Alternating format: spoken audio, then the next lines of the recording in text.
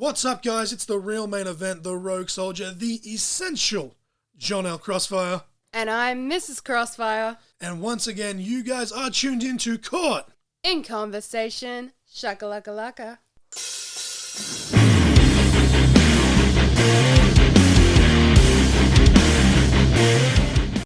Welcome, ladies and gentlemen, to episode 101 of Caught in Conversation. As always, I am the essential John L. Crossfire. With me for the intro and outro, despite not being on this episode, is the lovely, sensational Miss Nova Lee.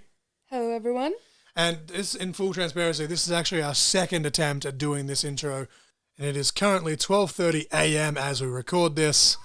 And it's interesting because I had to offer many apologies to Derek and you guys, the listeners, because it took about 5 minutes of saying hello, hello, hello, to he could hear everything I was saying, I couldn't hear him. Turns out my phone needed, the whole system needed to update, so my Bluetooth was just being really silly. There's a bit in this episode, it's about an hour and 1 minute, or an hour and 2 minutes, somewhere around there, where there's about 20 seconds of audio that literally just didn't record, and there's no way I can fix it. Like, there was no breaks in between. It was like Derek was in the middle of one sentence, and then all of a sudden he was in the middle of the other. Lucky it was nothing too bad. We were just talking about, like, because we just went back to make sure that, hey, maybe the intro accidentally ended up halfway through the episode. So we skimmed through and it's like, no, it's just fucking disappeared. And I don't know how, because I've undone it. I've clicked undo and da-da-da-da as far as back, and it's just there. So I don't know why it didn't save. So then I quickly clicked redo so that we didn't lose, the outro as well and have to redo it. But on an intro where I had to apologize for technical difficulties, we had even more technical difficulties and had to do them again. But Mrs. Crossfire, if you'd like to hit with the song and match of the week, the reason I had Mrs. Crossfire on here is mainly just so she can do the introduction for Derek. But she said, while I'm here, might as well do what she usually does in the last few episodes and tell us the song and match of the week. And you can even tell the people why we've picked it, because I already did it, but because it some reason hasn't been picked up, I couldn't be bothered. So we went with the song of the week was a cover by Tenacious D. And that one is Time Warp. So, John was just mentioning before, because I haven't listened back to this episode yet, that Derek actually is a big time Rocky Horror Picture Show fan, and he even went to over in the US where he's located. He went and saw the actual Rocky Horror Picture Show musical that's touring at the moment and dressed up as Frankenfurter. That is so cool. I think it was last Halloween. I don't know if it was 2023 or 2022, but it was like around. That's so cool. It was I think he said it was around Halloween time, and he went to the musical. But pretty cool. Yeah. And as I said, the reason I picked this is because, one, the movie's amazing. Mrs. Crossfire had never seen it, and I'm going to have to say it again. Now I'm going to have to repeat this part. She'd never seen it until she started dating me. Not big on musicals. We were at the Maltino July household, Nick Maltino, Miss Ruby July, and obviously, as I said, Maltino July. Maltino was there as well, but really myself and Miss Ruby July really went, oi, you sit musical your ass down and you watch this right now. Yeah. And Mrs. Crossfire has been obsessed with it ever since. So yeah. Because that's like awesome. It was one of my dad's actual favourite movies, but I just hadn't really seen it. And I knew of Time Warp because we used to dance to it at school, but a young Tim Curry, you've got Meatloaf, you've got a young Susan Sarandon. I did actually make a joke in the intro before that, so maybe that's why it deleted itself, because, I mean, look, she's a gorgeous woman. Sue me, whatever. It's not like I'm going to leave you for her or anything like that. I go all right. And I'm not even that great. Obviously, Tenacious D, I have a massive man crush on Jack Black. And Kyle as well, honestly. They're both just fucking awesome, but Jack Black is my spirit animal. I love him so much. But if you would please do us the honor of telling us the match of the week for this one now. All right, so the match of the week is Craven versus Charlie Rose, Anarchy Pro, When Legends Arise, March 2023. And of course, if you go back in the archives, there is an episode where I talked to Adrian Casa, who was the promoter for Anarchy Pro. Sadly, they haven't run anymore so since. But really, we talked about how the country came to be and what he had planned, and then we did a separate episode, I think it was either the week of or 2 weeks before. It was around that time anyway, where we fully broke down the card and he did it the order from opener to main event. Obviously, he didn't give spoilers, but, he basically said that, hey, this is the matches, this is the order they're happening, yada, yada, yada. And Craven is someone that comes up a lot in this conversation for obvious reasons. Himself and Derek are best friends despite being on opposite sides of the world.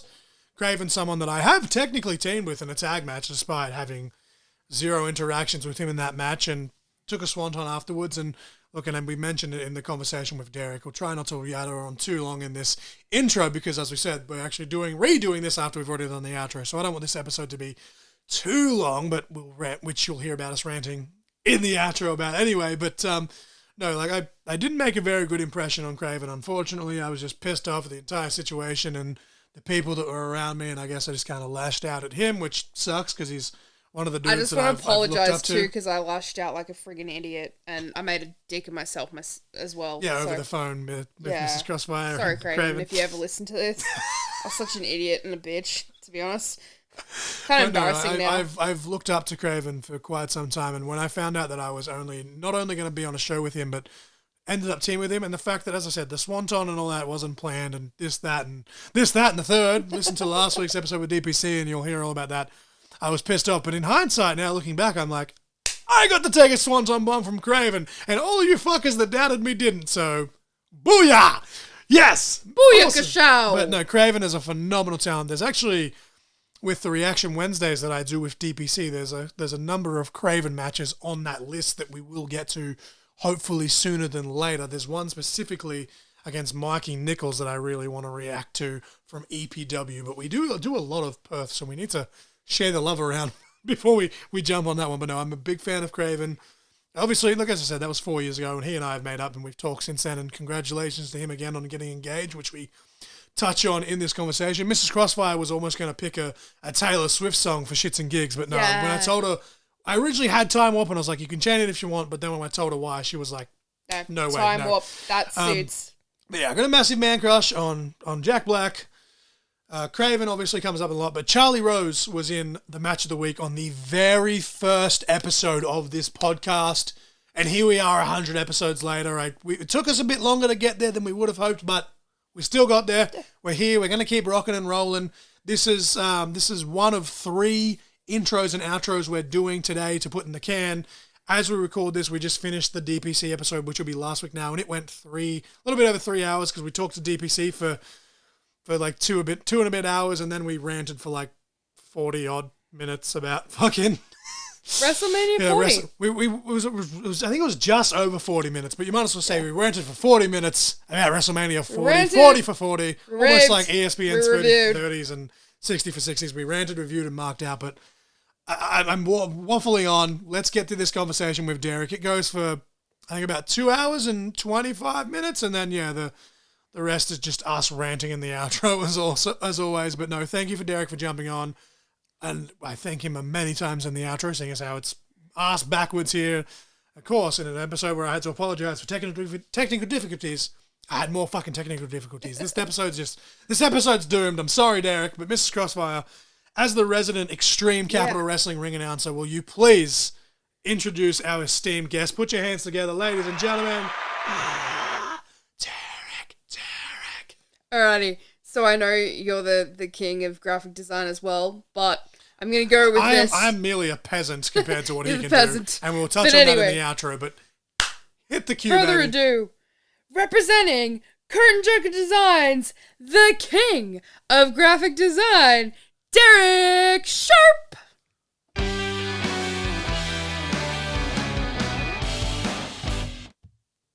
Hello. Okay, awesome. I have no idea what happened there. For some reason I had to turn my soundboard off and back on to get it to work. I don't know. Technology just hates me right now. Sounds like it, mate.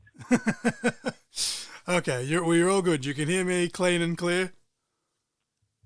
Yeah, everything sounds great. I'm just like, you sent me a message saying that you could hear me. I'm like, why can't I hear you? Like, everything on my board was going up and saying it was connected, but the old off and on again trick worked. But okay, we're up and running. But how you doing this morning, man? I appreciate you jumping on this early for your time. Yeah, no, I'm usually up around 2 a.m., so this is a little bit later than usual. But yeah, no, I'm good. I appreciate that. I'm pretty much a night owl myself as well. So I'm like, I'll probably crash around like 3, 4 a.m. So I was just like, this this worked out perfectly well. My wife was going to jump on, but she's not feeling well, so it's a one-man show today, and as you can tell, it's already off to a great start. It definitely is a great start. This is long overdue. We've needed to do this ages ago. I might even just leave that little bit of fuckery in there just because why not? Because I'm always having some sort of technical difficulties. But no, as I said, I appreciate you jumping on, man. And I know you've done a handful of podcasts, and I know that because I've listened to the majority of the ones that you have done. But just for the sake of the argument, just to kind of break the ice, Derek, because obviously you're more than just a graphic designer and whatever else. You've been in the business, and we'll touch on that. But what was your earliest wrestling memory, Derek? Earliest wrestling memory. So my mom and my grandmother were fans. So I actually went to my first show when I was 3. Oh, nice. I don't remember much of that show at 3. Around 5 or 6, I do remember being at shows, not really necessarily like, at 3 and 5, what the card was or who was performing. But I do have memories of going to shows, being that young. The first real memories of, feuds and characters would be Ultimate Warrior and Hogan. So around WrestleMania 3, around that time, recognizing, the guy in the face paint and the maniac that runs out is a very interesting character. I was kind of drawn to him more than Hogan. So I definitely would say around the WrestleMania 3 time stamp around then.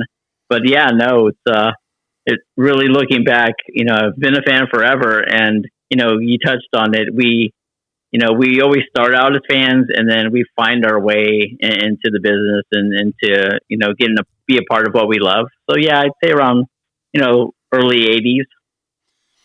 Now you actually. This will probably jump around a little bit just because I have ADHD, but as we said, you have actually been a part of the business and you have done a little bit of refereeing. At what point did you decide you wanted to kind of get in the business? Did you ever have aspirations to train to be a wrestler or anything like that, or did you just kind of just want to be involved?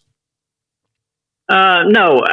So because I'm older, the business was very protective. I graduated from high school in '94. Like I said, yeah. So, not to age myself too much there, I definitely don't look it. But no, so the business was very protective back then. There were spans throughout the years of middle school and high school that my mother was involved in things. There were a few times where she actually was supposed to have some money coming in from an inheritance, and she was thinking about actually running a show. She was backstage at the Royal Rumble in '98. It took place in Houston, Texas. She was backstage to talk business and to see what it would be like to start something. That never panned it out. So, like I said, there's always throughout the years, in the early years, like we dabbled. We started looking into that. Then it wasn't a thing. Then we went to shows. Anytime WWF was in town, I myself was following my basketball dreams, which didn't end up anywhere. But when I graduated from high school, I looked into it. But it was, to get into the business, you had to know somebody that knew somebody that would allow you to even step foot in the ring, let alone train. And like I said, it was very protective. So when that became a dead end, I was like, you know what, like maybe wrestling wasn't for me. I can always be a fan. And then at one point when the internet started becoming a thing, I started a wrestling website, which really got nowhere. It was, just recapping Raw and SmackDown, stuff like that. But, so like I said, the interest has always been there. So like I said, always been a fan. I winded up moving. I was originally lived in San Antonio, Texas, which is a kind of unique spin on things because at the time when I was trying to get in, I was looking at wrestling at the Shawn Michaels Wrestling Academy and, trying to get into that. And they were also, even though that is a school that you pay for, it was also very protective. It was very select on who they would allow in. And it's understandable. You wouldn't want Shawn Michaels teaching you how to wrestle and you're being a fanboy. That's not quite a thing that's very professional. So, I looked into that, and then I actually met a girl and moved to Indiana outside of Chicago. And when I moved up here, I started looking at wrestling. So I started attending Ring of Honor shows in Chicago. Great lineup around 2004, 2005, and I was content with being a fan. What we enjoy what we do. We enjoy being a fan. We both get very engulfed in storylines and what's going on. So I was okay with that. I was more than fine. I'm just going to watch wrestling and whatnot and enjoy. Fast forward 2005, 2006, my brother passed away in Thanksgiving time around that general area. And it kind of flipped the switch in me. It kind of told me, hey, are you happy with what you're doing in your life? That kind of crossroads in life when you're like, hey, is this going to make me happy, or is this going to make me money, or is this what I want to do with the rest of my life? And, because we were fans as kids, I told myself, hey, you know what? I'm going to find a school and I'm going to go and I'm going to try to be a wrestler. At age 32, I decided to be a wrestler. Very, very much a late start in my life, but so joining wrestling school. As far as I know, you've trained some, so you know how much fun wrestling school was. But see, the thing is, though, it's not like it's not necessarily a setback. I mean, there has been a handful of wrestlers that have started in their 30s and have still had great careers. So I'm like, it's not a far cry from a reality, but I still just give you props from giving it a go, because I remember when I took my first bump, and when people ask me if I used to be a wrestler, I'm like, well, that's debatable, because I was very much on the lower indies, and it only lasted for 3.5 years before I had all this external eye issues that had nothing to do with wrestling. But I give you anyone that wants to get in and even just take a bump props and kudos. So I think that's kind of awesome that you kind of, and I'm sorry to hear about, the passing of your brother, but kind of having that, I guess, moment of realization of, hey, this gives me a reason to give this a go. I just give you props for getting in there and doing that, regardless of being 32. I'm like 32. When I was like 10 years old, I'm like, man, that's old. I'm 30 this year, and I'm like, shit, man. Like, did I really? Like, I'm barely getting into my prime now. So, yeah.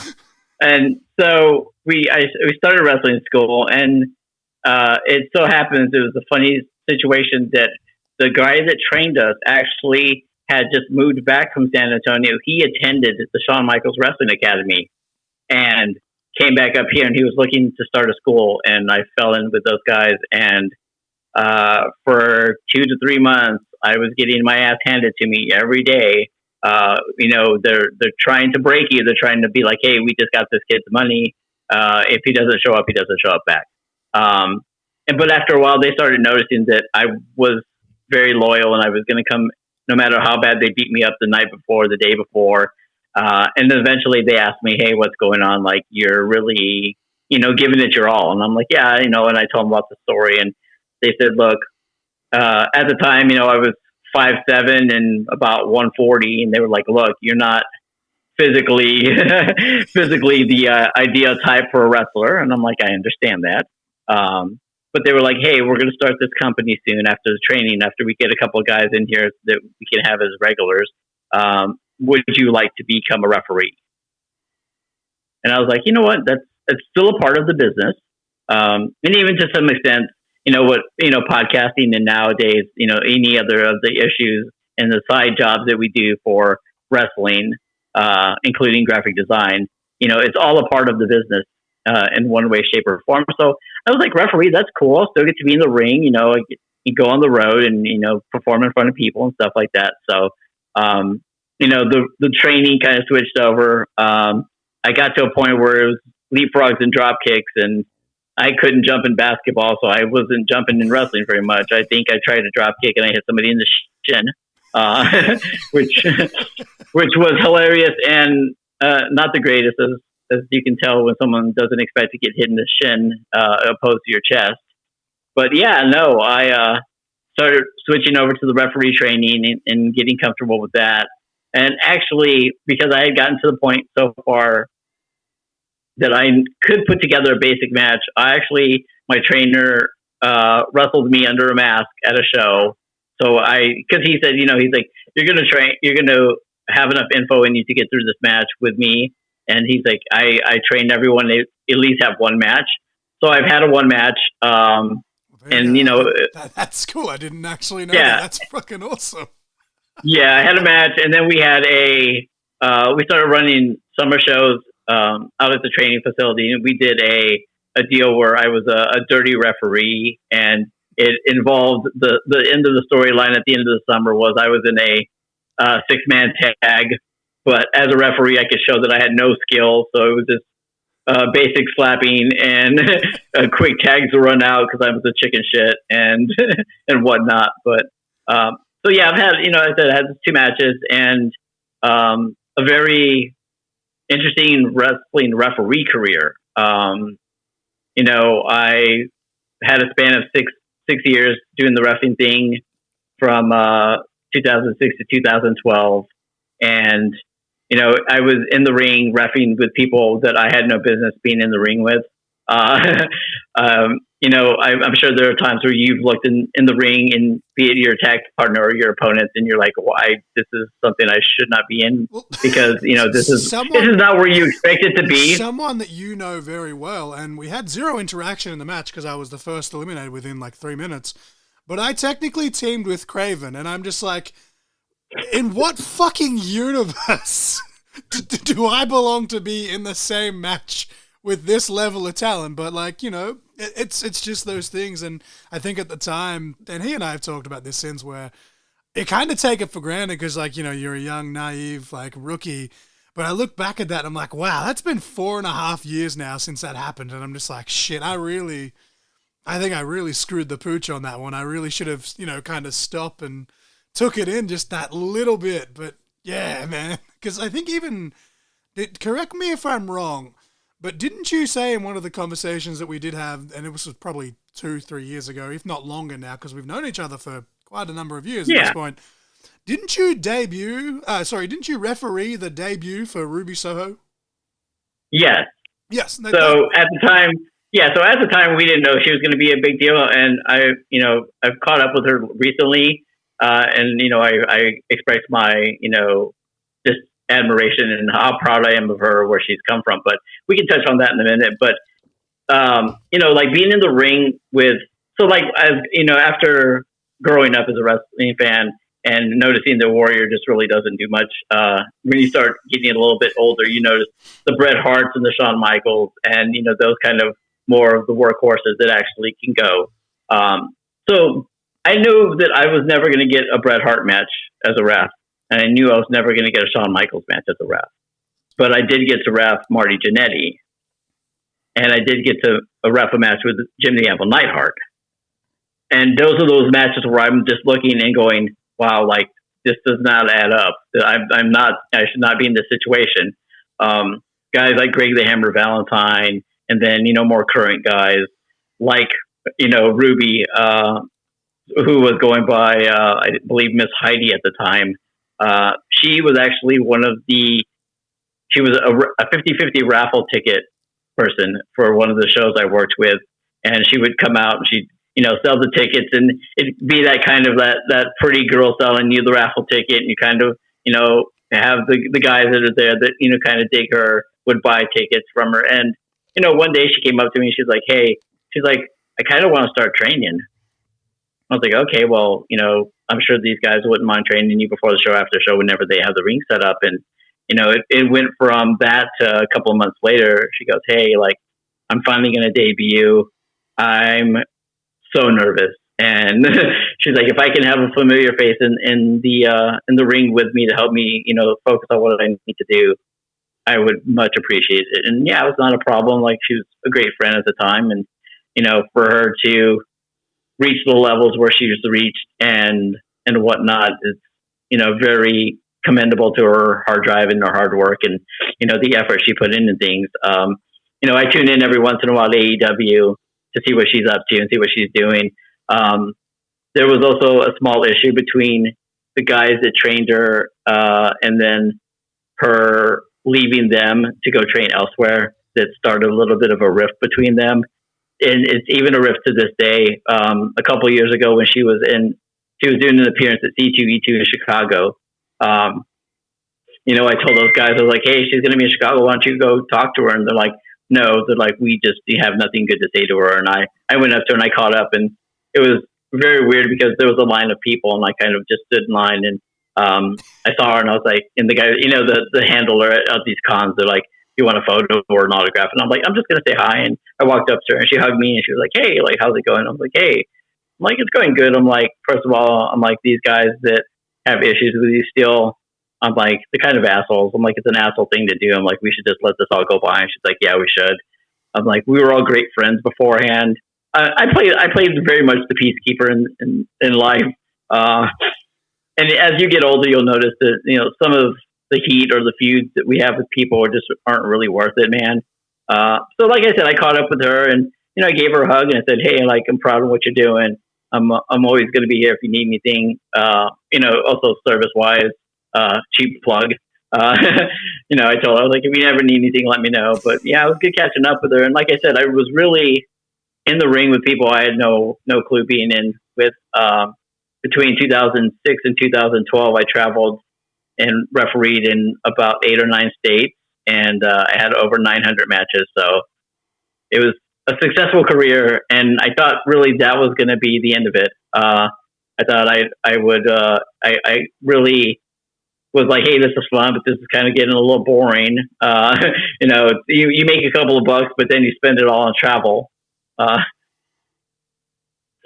Yeah, it's always the way there. But it's funny you mentioned that though, like the whole training thing. And I've gone on so many rants on this podcast, and I hate it because it's like I know that I'm young enough to where like I'm not a veteran by like any stretch of the imagination, but I've been around enough to realize that like you look at like there's so many, obviously there's politics, everyone knows that, but like there's so many instances even here in Australia where people will be like, "Oh, well, this guy trained with that guy, or he took a booking on this show," and it's just like, why is this an issue? Like, shouldn't you in theory want everyone to go out and get as much experience as possible to be the best that they can be? I'm like, that's just, it seems so silly to me. And it's just like, I've ranted about it so much, but you mentioned that cheap little plug, and that's a good segue actually, because we could sit here and we could mark out all night / all morning for you, but obviously the main reason we're here is I want to put you over with your curtain jerker design stuff, because obviously you made the very original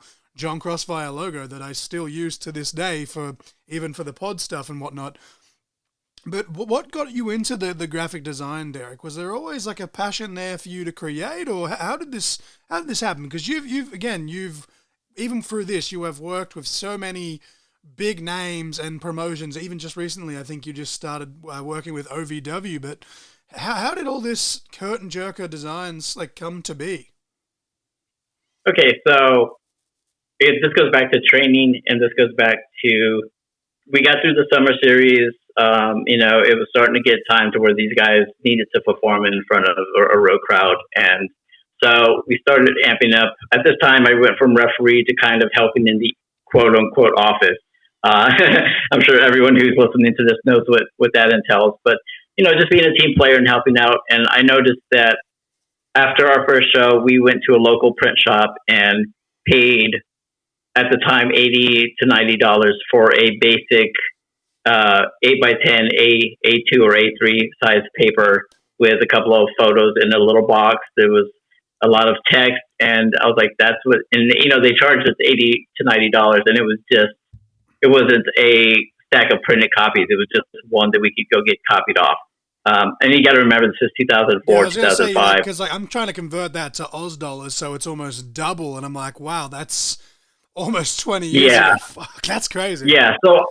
So I told the promoter, I'm like, "Hey, I can learn enough Photoshop to be able to do this." The missus at the time dabbled a little bit in Photoshop. I was like, I can have her show me some things, and we can do this ourselves. He's like, "Oh, really?" He's like, "That would save us so much money," because he was okay paying for that much if that was going to be printed copies, but that was just the design work. So I taught myself enough Photoshop to do that. And then I taught myself enough video editing to be able to do simple editing, to add simple lower thirds and do transitional effects. I taught myself enough HDMI to code a website at the time. So we were one of the first companies to have a website. I taught myself enough. What was the other thing? Oh, I taught myself enough to do a blog talk radio show geared around our events and our promotion. So I did all these things to make myself an asset in the company and to the company. And then as my design skills got better, I started offering it out for the companies I was repping for. So by the time 2012 came around and I'd visited all these states and I'd repped for all these companies, when I decided to hang it up, I was like, hey, you know what? I could just do this full time. I could still, provide the flyers and the graphics. I could save a lot of money because I'm not traveling to these shows. And I could probably do okay. And it's still wrestling. It's the other side of wrestling now. Now I'm, in marketing and in promotion. And, everyone needs a flyer for this show. The first thing any fan or any person sees of a show is the announcement with the flyer. That's the first thing. And if you can have a awesomely looking cool flyer that people are like, hey, the wrestlers might be shit, but this is a show I want to go to, then, it's a done deal. And that's kind of where that led to. It was honestly just to be a team player, just to make myself an asset so that if something came up and they were like, we need to get rid of you, I'm like, well, you're going to get rid of me. You're going to get rid of the flyer guy, the radio show, the video editor, the website guy. Like, they couldn't. And it actually happened at the end of not only when I decided to step away, but the local company, the guys just were not the same as they were when they first started. My trainer and the main guy and everything ended up with really bad back issues, which led to pain management pills, to misuse of the pills, to just a spiral that I'm sure, anyone who's been around the business knows enough that with professional wrestling. Yeah, that kind of happened. Yeah. But at the same time, like it's mighty as he's fallen. I thank him, and I thank him to this day. I've run into him a couple times still, and I owe that guy a lot. Other people, kind of shit on him and say that, yeah, he drug us all down for a while, but I would have never met Craven, speaking of, if it was not for this individual. And that really, meeting Craven opened up my connections with all these Aussie companies that I've worked for. And at one time, I'm down to only one now, but at one time I was up to 4 different Aussie companies I worked for. So I'm very much Australian as I am American some days. I think that's just like at the same time though, like I think for one-offs here and there, I've genuinely lost count of the ones you have done here in Australia. You say 4, but I think that was just on a consistent, regular basis when you think about it. Yeah. I know that I've seen shows here and there pop up. I'm like, oh, that poster was like so much better than the last like 50 they've done. And then you'll share it and I'll be like, this makes a lot of sense. Yeah. And so what happened was my trainer got booked for AEW with Andrew the Shark Carter back in the day. And he did a tour over there and he just loved it. And one of the guys he met was Craven, was Luke. And he told him, hey, if you ever want to come to the U.S., because at the time it was very much a 1 show a month situation. And he came back and he said, hey, there's some guys up there that are pretty good. He's like, I'm not going to lie. Because, Sharky trained with Lance Storm in Canada. So, he went back and taught them well. Very much respect to Sharky and those guys. Love those dudes. I worked for AEW for years.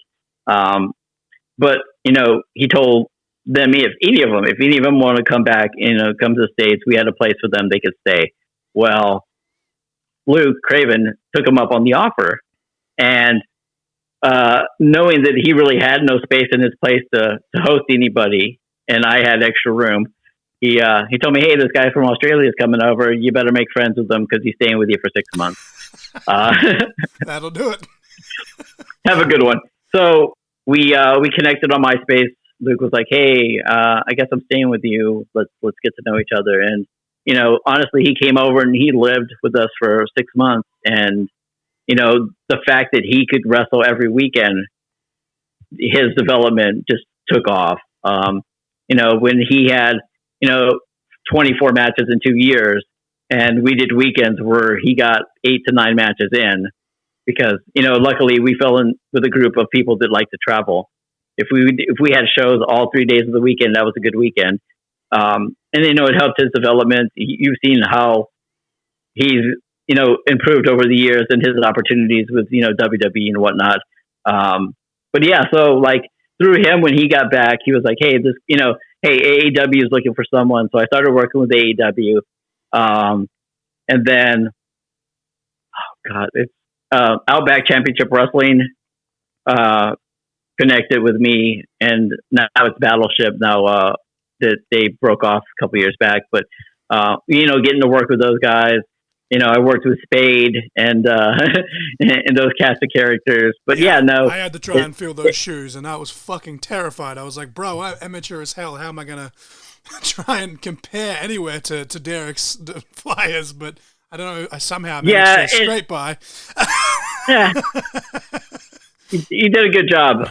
Like I said, it was very much and right now I still work for AWE with those guys, and the conversion is always what gets everyone. They're like, well, shit, our dollar is so shit right now.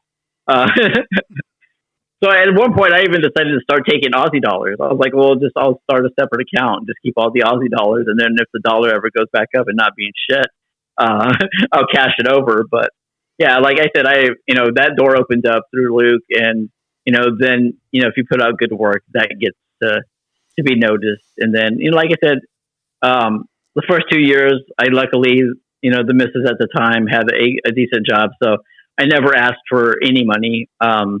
I built the reputation, and I built the fact that hey, if you tell me on Thursday night that I need something by Saturday, I'll have it to you Friday afternoon. That especially in our business where the turnaround's quick, a guy could get hurt one weekend and the whole flyer needs to be done over. The match graphics need to be over again. Being able to have that reputation that I'm quick and the price is decent and the work is good. I just really built something here. And the first 2 years, like I said, it was, if you wanted to donate, I was very much into coffee. I'm trying to break that habit lately, but I feel that a good night was 2 pots of coffee, because you got to think about it. I'm working all day for my U.S. clients, and then as everyone's going to bed, you guys are waking up, and then it's working all through the night and getting a few hours of sleep here and there until I honestly got it to where it was a pretty good schedule for a couple of years. And then I was like, hey, like I'm trusted enough. And, some of the bigger companies in Australia, the big tours, I did the House of Hardcore tour for Tommy Dreamer 2 years. I did some of the stuff for Mick Foley's tour. Some of those big time production meetings, they want, Skype conferences and, daily checkups and stuff like that. So, I love my Australian people. I love you guys. I've way past due for a trip.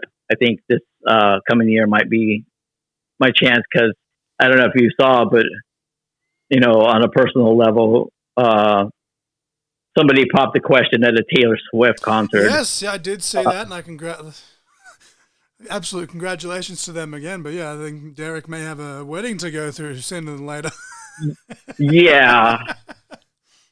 I got the heads up a few days before. He was like, hey, I know you talked about getting your passport. He's like, you're going to need it. I'm like, what's going on?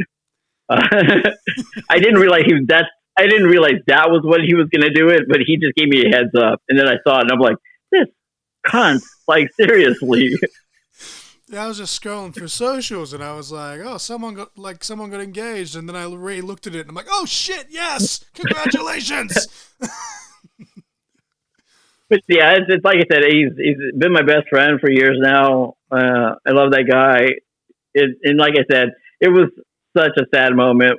He left and we were at the airport and there were tears and I'm never going to see you again. And, he's been back and forth 11, 12 times now, and he actually came back a couple of months after that. And then he's come back every opportunity for his tryout matches and stuff like that. So I was actually in Florida for one of them. We stayed down there in Florida with him during that situation. But yeah, great guy, lifelong friend. It's kind of weird when I tell people my best friend lives in Australia. But yeah, no, and like I said, it's connecting with people. Like, that's honestly, like, I've done work for you, and I've done work for people that you've known, that you've suggested, through, everything that we've met with connections and people. And that's why I think I've been successful. I've worked with these people, and, like I said, in a timely manner, the work's good. And, I cater to, like, I will do revision number 900 on a flyer until this person is satisfied. And sometimes with Spade, there was 900 revisions. Can't confirm. and sometimes, he'd look at it and go, okay, that works. So, and I'm just back there going, yes. Like, so yeah, when he decided not to use me anymore, I was like, well, what's going on? I'm like, okay. It was more of like being able to talk to him daily, or, him just shooting the shit or whatever, opposed to the work. And, he's like, I just, it's money issue right now. And I get it. Like, your dollar's, really not the greatest. As, for being friends with Luke, and, him telling me about, like, booking flights and stuff like that. And, going, like, the transit, he's like, you come over here and you're going to be rich.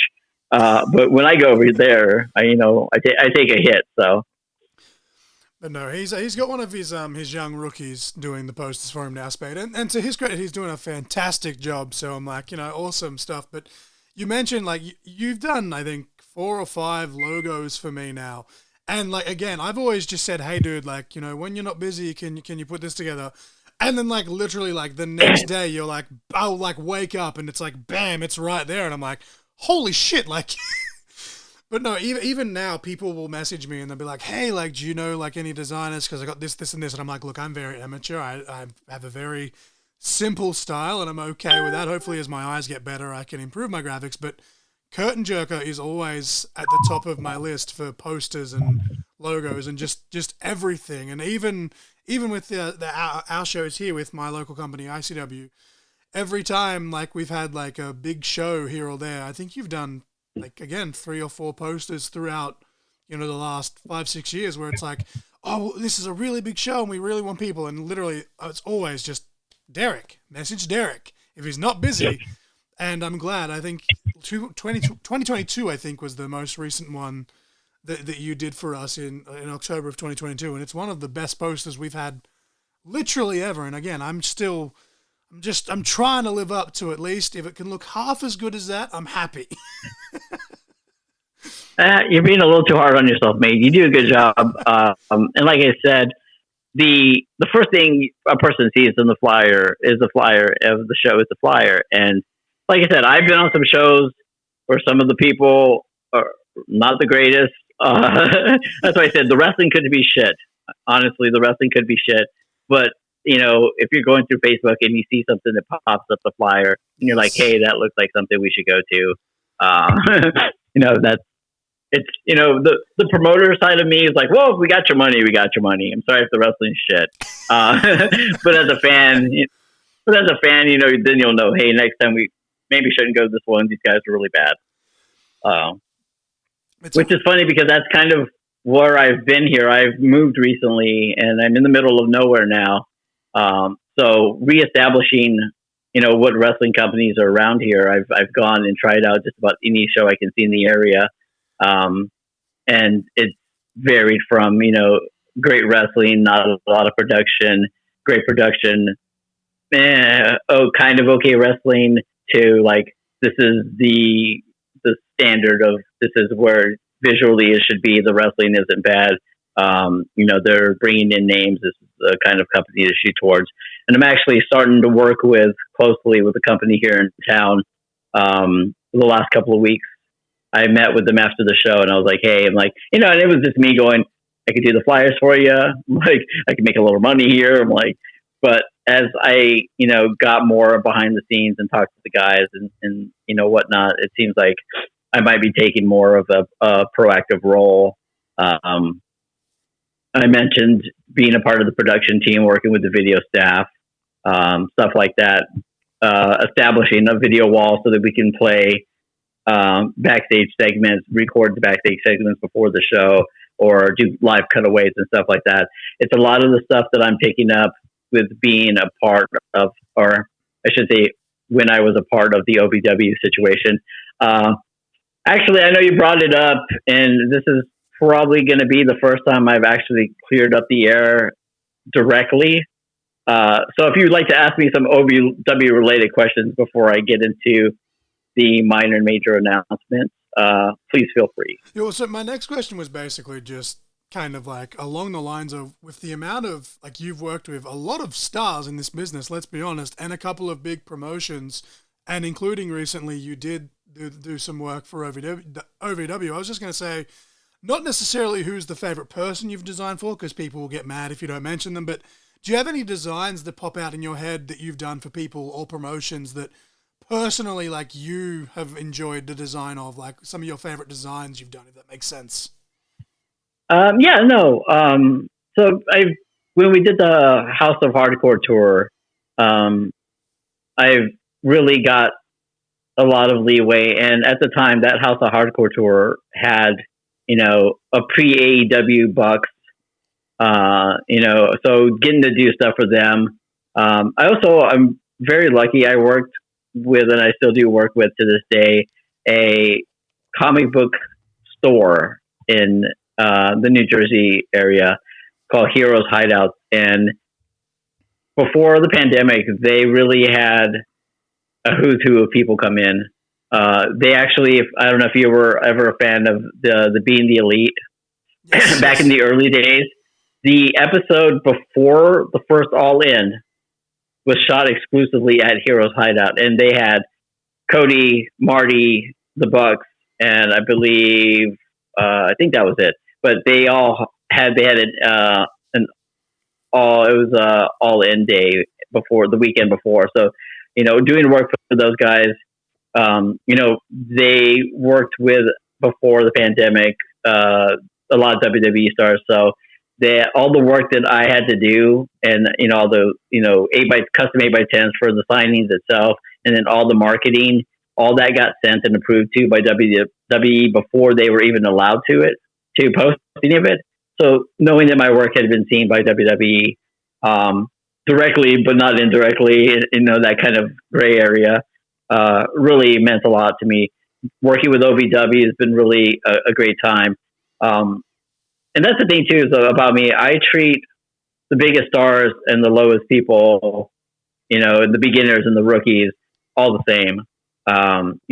They are all trying to make a buck. They're all trying to make their name. They're all trying to provide, quality merchandise to the fans. So having a favorite, I have a favorite at the time. Every time I get done with the work, there's a few that I've really been proud of. And again, it's going back to, not wanting to brag and say, hey, look at me, look what I did. But at the same time, know that I do work with, quality people and have had my chances here and there. A lot more than I did in front of the business, being a ref or doing any of that other stuff.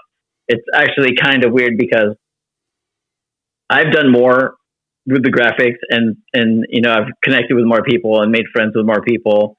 And I'm on a first name basis with more people through the graphics than any of the time I've done in the refereeing or being on the road with any of the stuff, helping the office out and whatnot. Which is funny because I always get asked once I make these connections and meet these people, hey, have you ever thought about like doing something like being a ref or doing this? And I'm like, well, I kind of did that already. Been there, done that. Been there, done that already. I don't feel like losing money like I used to. It's crazy. But no, it actually, like I said, reffing was a fun time. Got to ref a couple of matches for the Maniac. Remember that guy? Oh, Jesus. He's an Aussie legend, or at least I tell him he is. you know who I'm talking about, right? Yes, I can't think of his shoot name. Wayne. Yes, he was just in Young Rock. Yes. Yes, Wayne. Thank you. He came up. I was just like, Jesus Christ, my ADHD just like imploded. I'm like, it's the guy. He was literally just in Young Rock, but I could not think of his name. Yes, he's actually made I don't know if he is or he's about to, but he's returning to wrestling in some format, apparently. He must be done with his movie. He was working on a production of a movie that a script, and he actually sent me a random message one night, so I kind of knew something was going on. He messaged me out of the blue, and he said, "Hey, mate, how's it going?" I'm like, "Good. What's up?" He's like, "I need football helmets." I'm like, "You need a football helmet?" He's like, "No, I need like 14 football helmets." I'm like, "Oh, okay, elaborate, please." He's like, "We're shooting a scene in this movie," and he's like, "I need enough helmets for all the guys to wear in this movie thing I'm doing." And and like I said, I went to YouTube, and he had the makings of and the behind the scenes stuff of him shooting this movie, and I don't know what the status of it is because, like I said, he just pops in and out at the blue. But I hope that that's going well. I know Luke at one time he said that if he made his way to where they're filming, he could be on the shoot as well. So that guy is very busy. He's an extremely great guy. Like I said, he came over and toured. And I feel really bad for him because we took him to some of these shows and there was low attendance and the other wrestlers were just horrible. And I'm like, yep, you wanted to come because, he messaged and he was like, it'd be great to do a U.S. tour. And I'm like, some weekends are great, man. I'm like, I'll be honest with you. Some of the shows we do aren't the best. And for someone of his, his stature and his caliber of an athlete as well, just being a big guy, a big teddy bear, nicest guy you could ever meet. Sorry, guys, if you didn't know that, but he's just a great human being. He just happens to look like he'll rip your head off. But yeah, he's a great guy. And like I said, I don't really have any favors. Like I said, I put as much effort as I can in every project with everyone, and I'm sure you do that as well. You want nothing but the best for the people that you're working with. Yes, I had one of my rookies kind of come to me earlier, and it was like about a week, maybe 2 ago, and he's like, "Hey, I want to do this," and then like my mind just ticked, and he's like, "I love it," but he's like, "That's too much," and I'm like, "Okay," I'm like, "Let's just take a breath here," and he's like, "Just keep it simple," and I'm like, "Okay."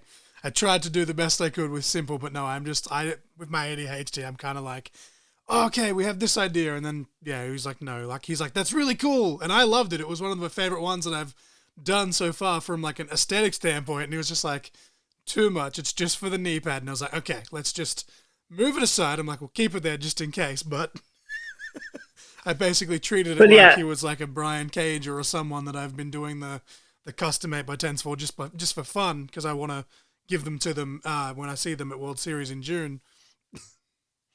And actually, that is a really good idea. You'll have something they're not used to seeing. And at the same time, like that could lead to an opportunity to help out with design work. I just got back from a Comic-Con a couple of weekends ago, and it turned into a work situation without me even knowing. So my current missus is a huge Lord of the Rings fan. I am not the biggest Lord of the Rings fan, but so we went to this Comic-Con so she could meet John Rhys Davies. Gimli, for those of you at home who are Lord of the Rings fans, will know who I'm talking about. He also was in the Indiana Jones series, and he's done other stuff. He's an accomplished actor, and so instead of having looking for something for her to get him to sign with the standard stuff, Lord of the Rings posters, you need to give that stuff, Funko Pops. She had me design a custom 8x10. I did a collage with some photos, and we got it printed out. And she took it in line. And first it started with his handler, looked at it and was like, well, I've never seen this before. This is new. Where did you get it? And she goes, well, he made it. And he looked at me and he was like, well, we actually could probably use something like that. He's like, where did you get this photo from? It was one of the photos I used in the collage. And I was like, oh, I've got that. And he's like, do you have it in a high res? And I'm like, yeah, I do. He's like, here's my email. And I'm just sitting there going, I'm at a con, trying to enjoy myself and not think about work for once, which I'm sure with your ADHD, it's hard to click that button off to turn it off to be like, hey, this is going to be non-work stuff. I'm going to relax and try to watch this or any of that. You're laughing because it's right. Yeah, it's true. It's just my brain. It doesn't matter what I'm doing. Somehow it's just like, oh, that could do this, and it's just like sometimes my wife's just like, yeah, look, that's a great idea. That's a great idea, and I'm like, it's like I need to shut up, don't I? And she's just like, please. It's like, okay, point taken. Yeah. So like I said, in the middle of this con that we took away the weekend, we drove a bit to the con and, we're staying there over a little mini vacation and whatnot. And, he's asking me for photos and emails and stuff. So I was like, yeah, I can send it to you. So he gave me the email and I exchanged info with him. And, as she handed John Royce Davies her custom photo thing I made for her to get it signed. The handler stops and he goes, hey, he's like, what's your name again? I was like, Derek. He's like, Derek. I'm like, yeah. And he puts it on a Post-it note and he's like, grab any one of these 8x10s and have him sign it. It's on the house, free for you. And I'm like, oh, that's nice. And I was not expecting that. So where my missus paid $80 to get her custom picture made, I kind of didn't have to pay $80. So she looked at me because she sees me picking out a photo and she's like, and I was like, I'll tell you in a minute. And we walk away and she's like, he just gave you that? And I'm like, yeah. And she's like, and that sucks. I just paid. And I'm like, I'm sorry. I'm like, so you never know when a business opportunity or that situation might come up. Don't be surprised if you hand someone the 8x10 and they're like, hey, do you do this kind of stuff? Or, they're always looking, wrestlers are always looking for promo photos or, custom stuff done that's not the normal person they have and whatnot. Like the stuff for the Young Bucks and for that weekend, the Young Bucks took my info down and they were like, we like what he did on this one, if we ever need anything. And I was like, yeah, I'm sure. I'm like, I'm here to help out. But some of the more recent stuff, the OVW guys I've been working with, as fun as it's been, getting to know some of those guys, and they're, super down to earth and really a lot more than what you see if you've seen the Netflix series that everyone and their mom's seen about the OVW crew. It's nice that, Netflix decided to shine a light on them. I was not looking for that opportunity. I watched the show like everybody else. I knew who they were. But through my work with Dave Hero and Great Lake Championship Wrestling, who put on a hell of a show at the end of the year called Blizzard Brawl. I don't know if you've seen any of the footage or any of the photos from that thing. The venue is massive. That place is full, and it's been 3 or 4 years that I've gone and really taken advantage of the fact that I do work for Dave because, that was my opportunity to meet like Bret Hart and, to do work with Dustin Reynolds and to meet those guys. But through Dave, I got a heads up in November. He's like, hey, OVW might be looking for someone. Would you be interested? And, this is those moments where sometimes I try not to be a fangirl and I'm trying to be more professional. And I'm just like, because, older to me is OVW, that's Cena and Brock and Randy Orton 100%. And, the history of OVW. I'm like, whoa, I'm like, yeah, like that's a big thing. And, like I said, I've dabbled with stuff for WWE, I'm sure, Impact, the stuff I've done for Impact, it wasn't necessarily for Impact, but Stars of Impact. So I don't know how much of that I'm involved. I know Tommy Dreamer was doing some of the backstage stuff for Impact. So like doing all his House of Hardcore stuff, I'm sure that if I hit him up, there would be, a vague remembrance of what we did. I've actually applied for AEW and never heard anything back, but that's a big company and they want people with schooling.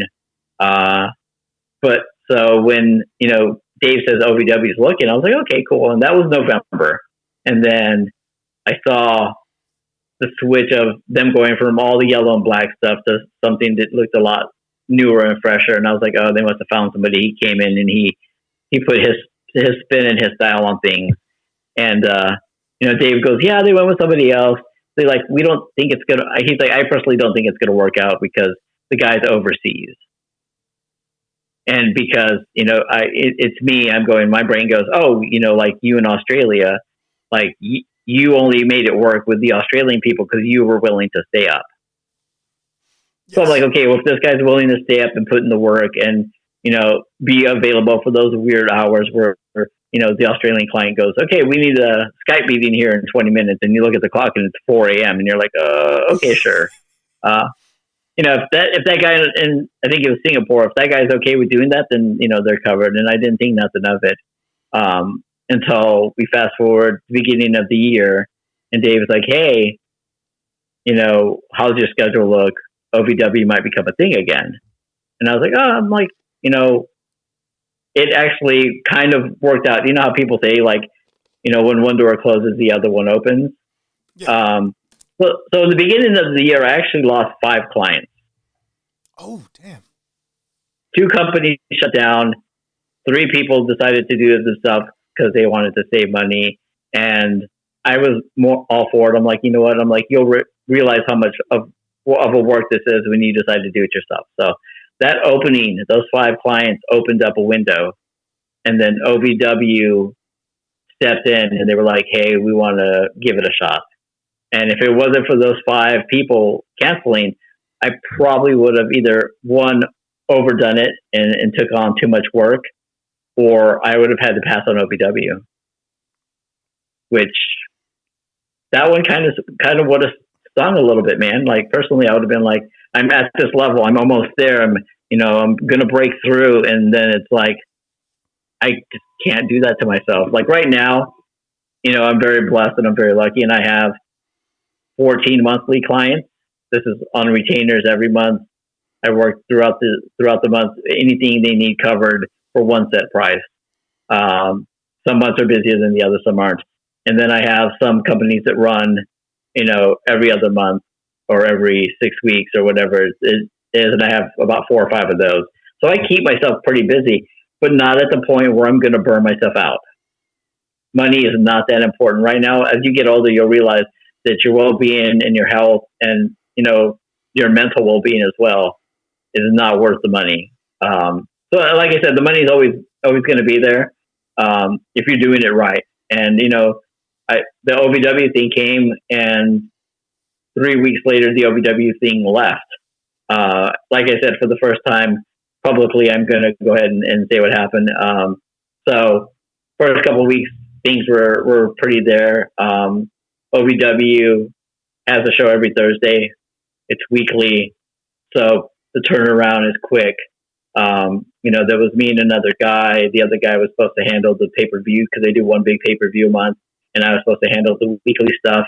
And, the first couple of weeks were busy, and then it was really not a lot coming in. And I'm not the type of person that's going to take someone's money. If I'm going to, get a paycheck at the end of the day, I'm going to put in the work and I'm going to put in the hours. And, they agreed, and I agreed too, that there wasn't enough work for 2 designers. I could have sat back if they wouldn't have said anything, because I went to them first and was like, hey, like, do you really need 2 people doing this? And they were like, no, we thought we were going to be busier. There were some plans for the summer and stuff that didn't fall through. So, I told them, I was like, hey, like, I'm here if you need me. I'm the second guy. I had no seniority. I had no pull. And I wasn't going to take their money. It's like I said, it's not about money right now. It's about putting out quality work and being able to be of help. And the need wasn't there. So I just kind of, took it off all my profiles and, moved along and put the files away and kind of, told myself, hey, when they need me and it gets busy, it's there. And, Al is still, messages me and says, like, it's coming, like, we're going to get busier. Like, he has plans on what they want to do and what they want to expand this summer. But for now, I'm officially out of the way. It was actually kind of funny because I hadn't talked to Luke Graven in a while, and he called, and I missed the call. So it went another week, and he calls me, and he's like, hey, man, how's it going? And he's like, yeah, he's like, congrats on the OVW thing. And I don't know if you've ever watched the movie Friday with Ice Cube. Yes, awesome. Yes, we love that movie. We've watched it a million times together. And he's like, so how's the OVW thing going? I'm like, how are you going to get fired on your day off? And he's like, what happened? I'm like, I got fired on my day off.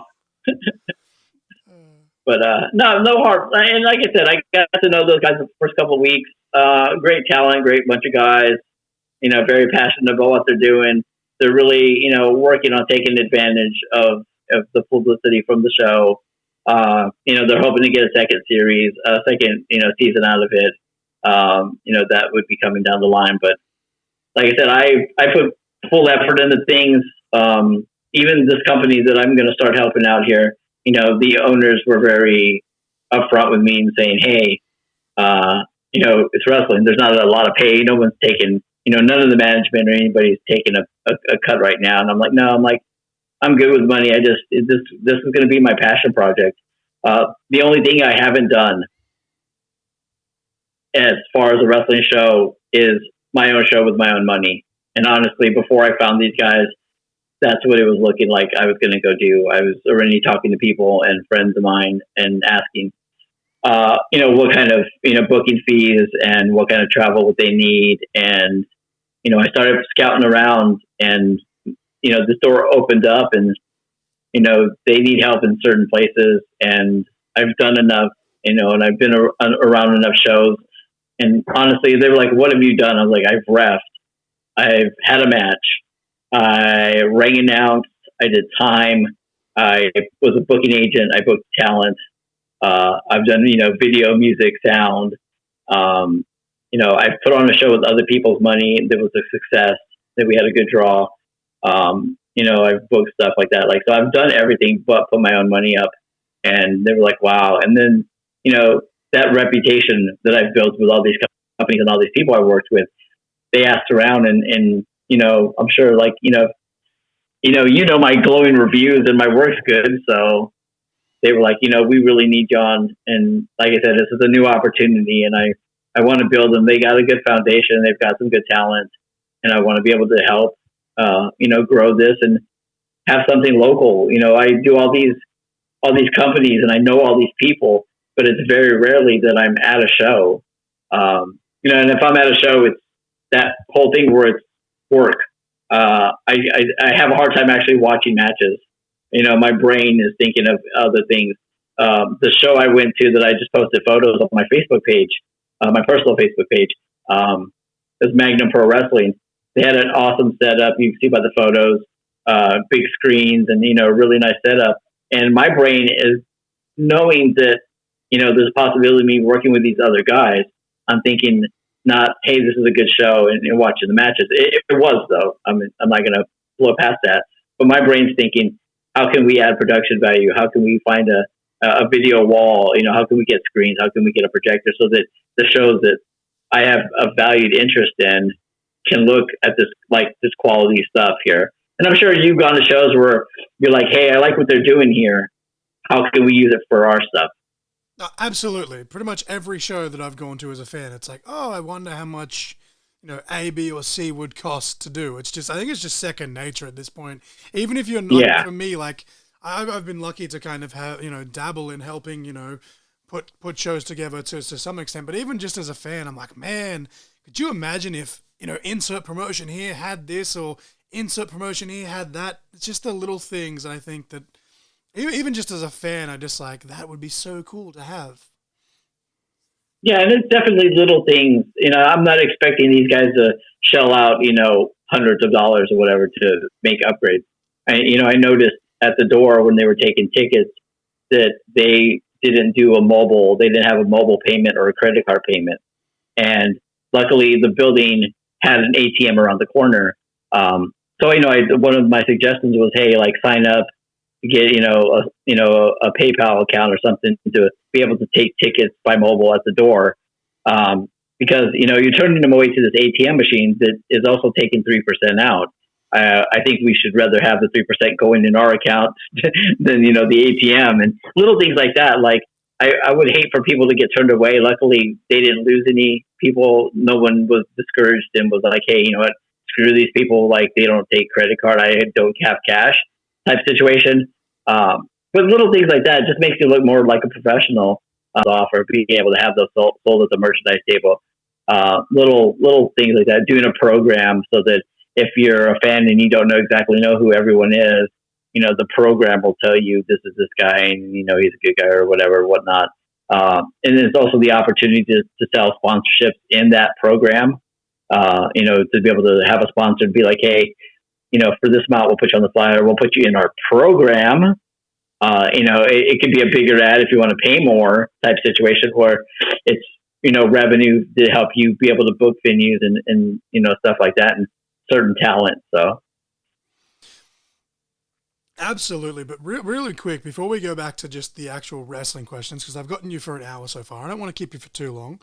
But just you're good, mate. Before we go back to the the actual wrestling talk, I know a lot of people, and admittedly it is just a little bit selfish myself because as we've mentioned, I do a bit of design, but I know a handful of people that do graphic design and videography all across the country that I've managed to grow connections with just through this podcast. But do you have any advice for people looking to get into graphic design specifically? Yeah, like I said, I kind of fell into it as just being a team player. But if you're, if you have like no outside connections and this is something that you want to give a try, start making things and posting it and tagging people. And, honestly, the more popular, the harder chance you're going to have to be recognized. I'm not, it's awesome to work with the Young Bucks and, I've done stuff with, people that are up there. But if I tag someone in something and you put it on social and be like, hey, I did this, what do you think? The chances of someone like, the Young Bucks or The Rock or like John Cena or somebody that you're shooting for the moon. If you start with, you go to a show and there's, local guys and there's nothing wrong with local guys, but, seeing somebody, like a Craven or a Maniac or somebody that you're like, hey, I could probably draw him on something really cool or do a really cool background or, something like that and tag them. The chances are they see it and they reply to you either, hey, it could go extremely well. It could be like, hey, this is a cool 8x10. Do you have a print copy? I want to use it. To, hey, they, give it a thumbs up or a like. Some people are more active on social. So targeting and getting your name out there and getting to the point where it's, you're doing a lot of work for these people and they will start asking. There's plenty of times where Luke's posted something and I'm like, where'd you get that? And he's like, it's fan art. And I'm like, that's pretty cool. We should put that on a shirt. And he's like, yeah, we should. So, starting with fan art, starting with tagging people, going up to a promotion, if you have a local company and be like, hey, like I'm trying to get into this, it's a lot easier now. And because, this is a team. Like when you see a production, you go to a wrestling show, there's so many different parts of a show. Like I really wish sometimes the fans could see how much issues and how much things leading up to a show that it really takes to put on a show. Even when I was helping with my trainer and those guys, like I told them, it was a lot of times where I told them, I was like, hey, like take a step back and enjoy this. Like, look what we did, all that work, from the moment the last show ends up until the show starts, like it's all work. And sometimes you don't appreciate it. So getting with a local promoter and being like, hey, like, I just want to get into this. Like, I know some video stuff. Like, I know, how to do some graphics. Work for free. Be willing to make yourself a team player, make yourself an asset. And once that happens, then it'll get to a point where everyone's successful and the show starts doing good. And any right-minded promoter, and please note that I said right-minded promoter, will eventually decide to start paying you, will eventually open the door for opportunities. There are some of the shadier sides of people where you might never get paid for something, and then that's just taking advantage. And that's, if you don't feel like you're being taken advantage of, if you just want to know more, do no more than be able to be backstage and be in that atmosphere. And, maybe when a named person flies over, you have access to be able to talk to that person or hang out. As long as you feel like you're getting a good deal, then, it's not always about money. The shows I go to Blizzard Brawl once a year for Dave. And now that last show I went to was an 8-hour drive. And I was like, God, this sucks. But we got there and it was really, because I do the graphics and whatnot, it was really getting to meet anybody. Before the show even started, Dave was like, if you need any photos or pictures with anybody, go ahead. They all know who you are. They just don't know you as a person.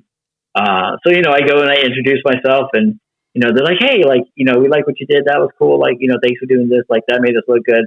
And, that connection's there. And to me, that's worth, making the drive.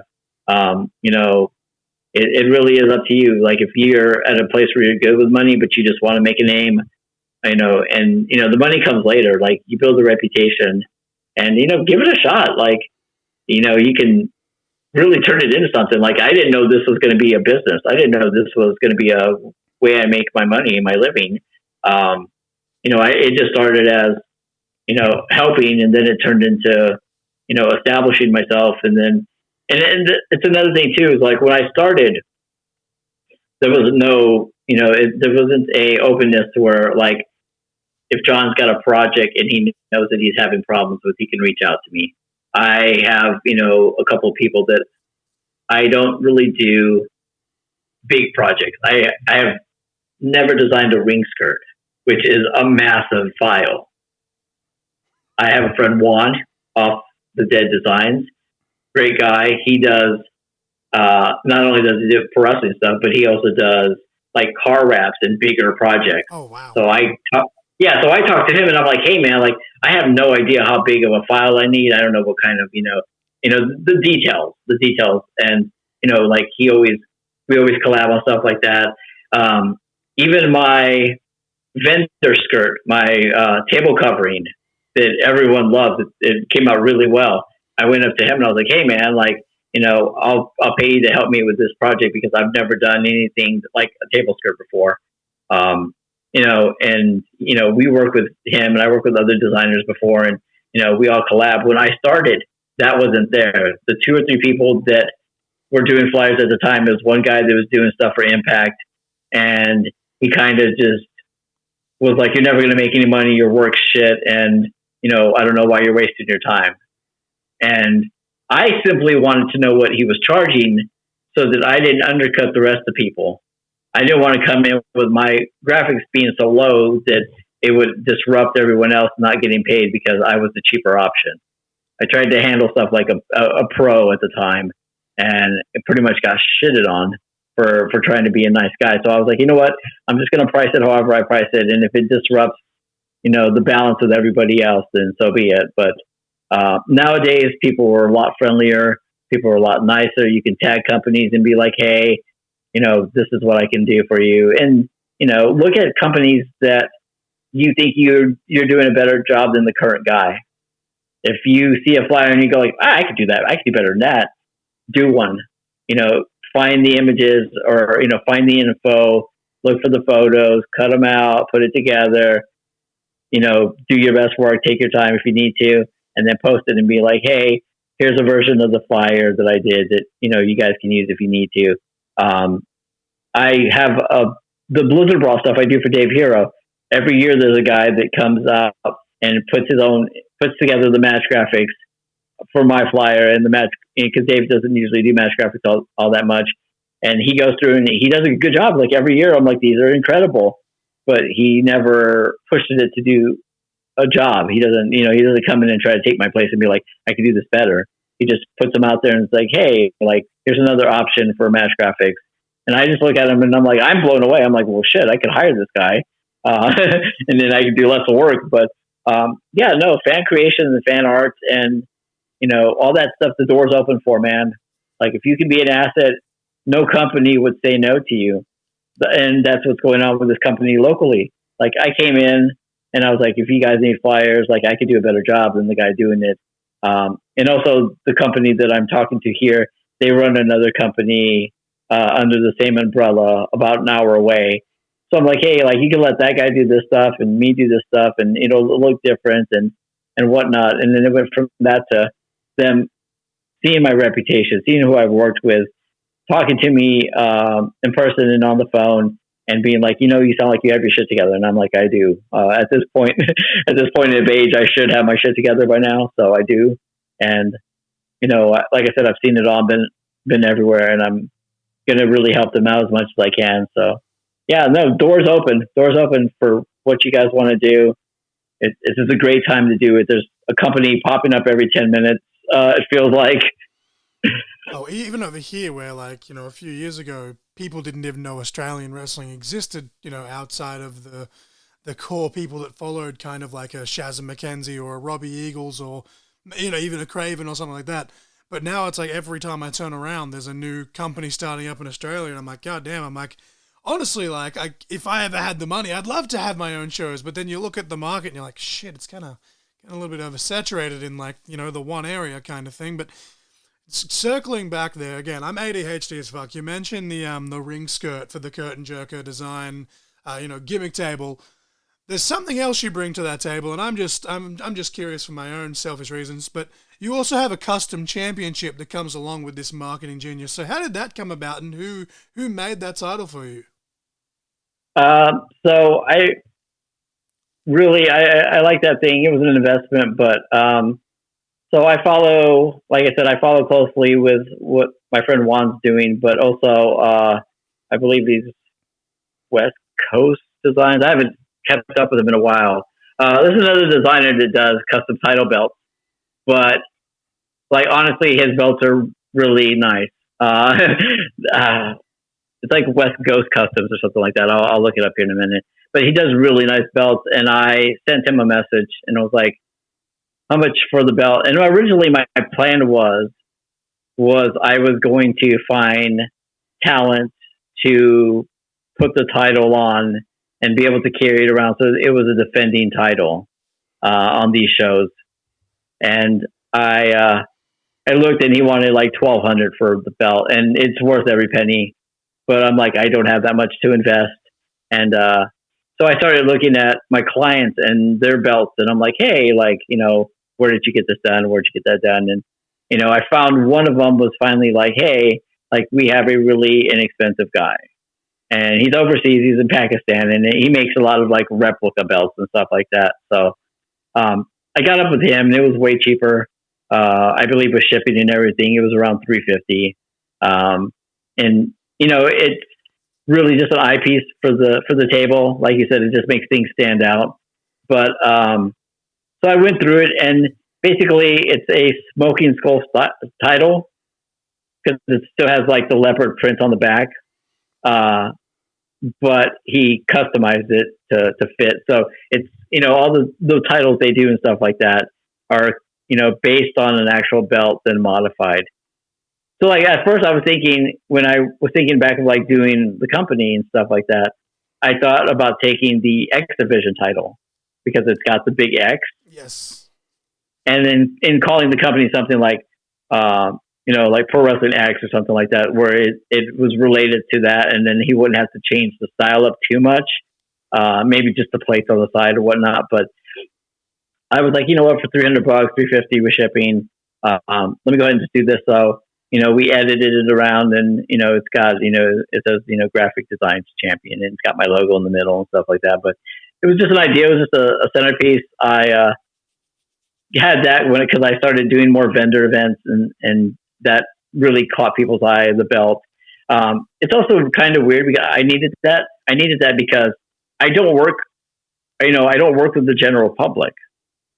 So like when I do a vendor table, like I know I'm not making that money back because I'm geared towards company owners or people looking for flyers for events and stuff, not necessarily a fan that's going to walk by. I don't have, I don't sell, I try to sell other things on my table. I put, some past 8x10 autographs from people I've worked with that I can get a hold of. Sometimes I have, I'll buy a stack of them for the table, old wrestling DVDs, just to, have it to be something that's wrestling related.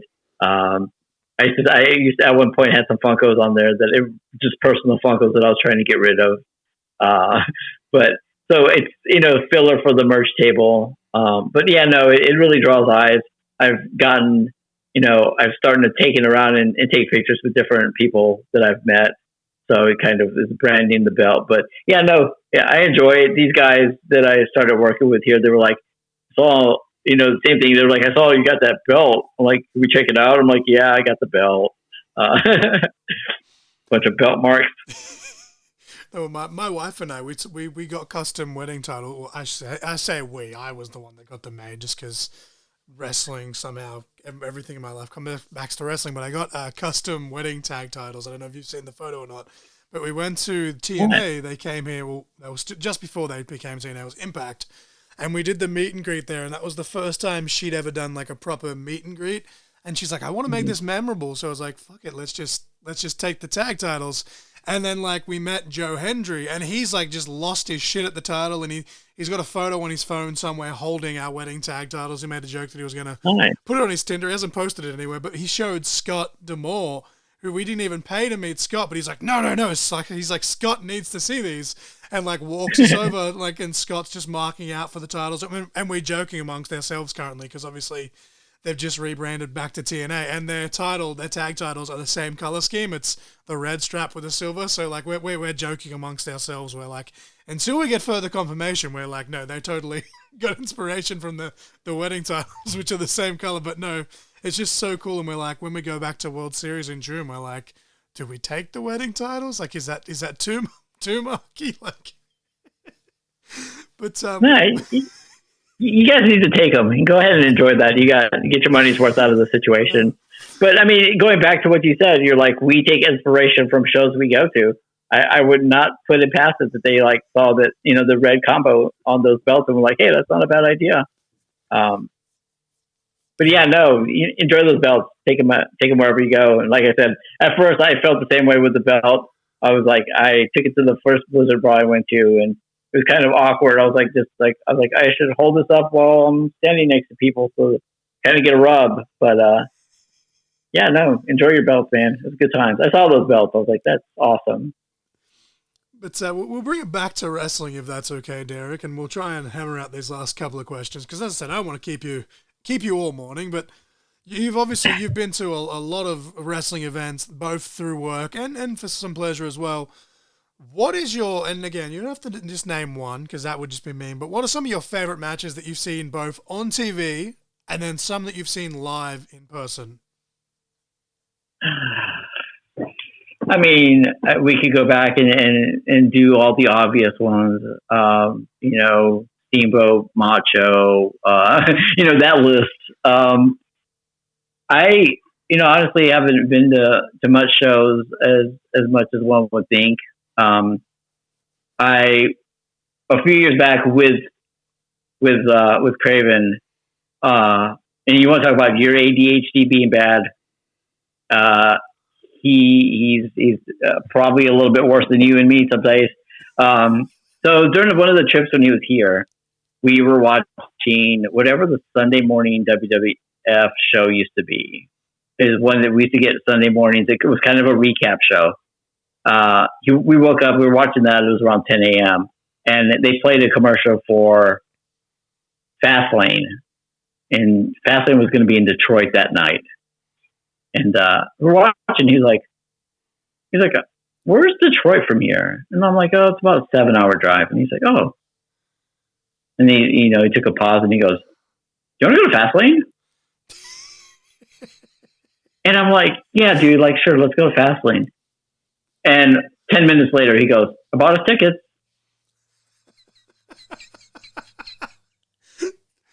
And I look at him, I'm like, yeah. He's like, yeah, I think me, you, and Tim upstairs should go. And he's like, yeah, I think, Tim should bring Ashley. We'll go, 4 of us. We'll have a fun day. And I'm like, oh, I love this guy. I really do. But I'm just giving him this look. And I'm like, okay.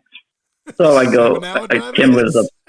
Yeah, Tim lives upstairs. I'm like, hey, Tim, like, Dum Dum just bought us tickets to Fastlane. And he's like, in Detroit? And I'm like, yeah. He's like, yeah, man, that'd be great. He's like, gas up the car, let's go. So we go and we make the drive and we get, everything packed. I shit you not. The minute we get into our seat to sit down, the countdown starts for Fastlane to begin. Oh my gosh. And he's like, yeah, oh, we're just going to Fastlane. But during that show, he sat next to Tim and I sat next to Ashley. And I just couldn't watch the show. They'd go for a cover and I'd be like, 1, 2, kick out. And she'd look at me and then they'd do it and she'd be like, I was like, I can't help myself. I'm sorry. So for me to actually enjoy a show is very rare. We went to Collision and saw The Return of Punk, which is my all-time favorite. Anything with CM Punk in it, I've been a fan of his for years. One of the last shows that I went to locally before I started training, CM Punk showed up backstage to say hi to Joe. It was the main event. The main event was Samoa Joe versus Eddie Kingston. CM Punk showed up backstage. CM Punk showed up backstage unannounced, and everyone had their photos with him. And I was like, God damn it! I was like, he was backstage this whole time. So I've never seen him in person. Like I went through all this, the Summer of Punk and all that stuff, and even seeing him in Ring of Honor and paying attention to that. But so when he was coming back to Collision, I was like, I have to be there. Like we went and bought tickets, and we went to that in Chicago. That was a good time. It was good to see him back. It was good to finally see him in person. Like I said, I have a hard time watching shows like that. I even have a hard time watching Raw and SmackDown some days in AEW because I'm so wrapped up in, what the companies I work for are doing. Like I said, I really wish I could be able to, honestly give you a list of great matches that I've seen lately, or even stuff on TV. But like I'm too hyper focused because it's the whole saying of if they do good, I do good. So if I'm doing flyers for a company, like Spade, like he had, and I'm sure it killed him because, like I said, we had a good thing going with the flyers, but that fee, that transition fee from Aussie to American dollar. So like, if I'm wrapping everything up and doing it for 60, he's sending me like 90, 95 Australian. Yeah, currently works out about that. Yeah. Yeah. And, like it was that conversation where I knew something was up because, by then I would have had the information for the next show flyer. And, it kind of gutted him to be like, hey man, like we can't use it anymore. And that's where I said, like, where I'm so invested in doing everything I can for the companies I work for, so that it's not an issue with money. It's hey, like maybe you're not fast enough or something else. And I won't take offense to it, but I hate it when we're not doing good money wise, so we have to cut the strings and have a student do it or a trainee or that kind of situation. But yeah, no, like I catch every once in a while. I've got some friends that are like, have you seen this or have you seen that angle? I'll put on the pay-per-views every once in a while just to see what my friends are doing or people that I have interest in doing. I watched Survivor Series just because I had a feeling CM Punk was going to come back. Haven't really been paying attention much. I watched Raw this week just because he came back. That whole segment was insane, by the way. Like, I don't remember the last time I popped so hard just for a promo segment. It was beautifully done. Yeah, no, it's good. It's good stuff. He doesn't even need to wrestle some days. Trying to keep up with the stuff with Cody. It seems that's what everybody's trying to keep up with right now, and everyone's got an opinion of what they should be doing and what they shouldn't be doing. And that's where I'm just like, what, like let the story unfold. I mean, I've been in enough shows where they don't know what they're doing. Like I've literally been at a show where it's 6:30 and the show starts at 7, and my trainer, who's also taking photos and signing autographs for kids, has got a piece of paper going, who all showed up? Let's write the card down. Yes, card subject to change happens a lot more than people realize, especially in the indies. Yeah. We all like to pretend we have our shit together, but some days we just don't have our shit together. But yeah, no, like I said, man, I wish I could give you this elaborate, great, list of things. When I was watching more regularly, it'd be anything of CM Punk. I was a huge fan of the Briscoe brothers. I really wish they would have made their way to WWE. It was, that kind of thing. I actually just got through designing a 30th anniversary for Homicide. He celebrated. Nice. Yeah, he did. He celebrated 30 years in wrestling, and he did a one-off company called Ego Pro in Chicago. They do one show a year, and they did their show this year, and they booked him in on his anniversary day. And so so the promoter was like, "Hey, man, like I'm gonna do this hoodie. I need a logo design for that." And I was like, you know what? I'm like, Homicide's one of my favorites. I've been a fan of him in Kingston from the ROH days. I was like, let me go all out. He's like, yeah. He's like, I want to present him with this hoodie and be like, happy, celebration of 30 years, which, is a lot. With no intent on anyone else besides Homicide getting his copy of the hoodie. And, I went with the, Root of Fight kind of style, that grungy. I mean, I'm sure you've seen, because, everyone and their mom's got one of those, shirts, Bret Hart and, Punk's got one. So Yes. that kind of a style. And, I knocked it out of the park, and he was like, "Hey," he's like, he loved it. He's like, "I'm gonna send you one." And then it got to a point where I got a message, and Homicide told him that not only does he want to sell them to the general public, but Will Ospreay, Malachi Black, Eddie Kingston, and Zelina Vega all asked him for a hoodie. That's And so he was freaking like, yeah. cool, man. That is Yeah, he's like, we're selling them. He's like, that's it. He's like, everybody wants them. He's like, the boys want them. So, they made them available for everyone to put out. But, like I said, just helping out people that I'm a fan of, like I said, I did some work for Marty Scurll before all the allegations and things.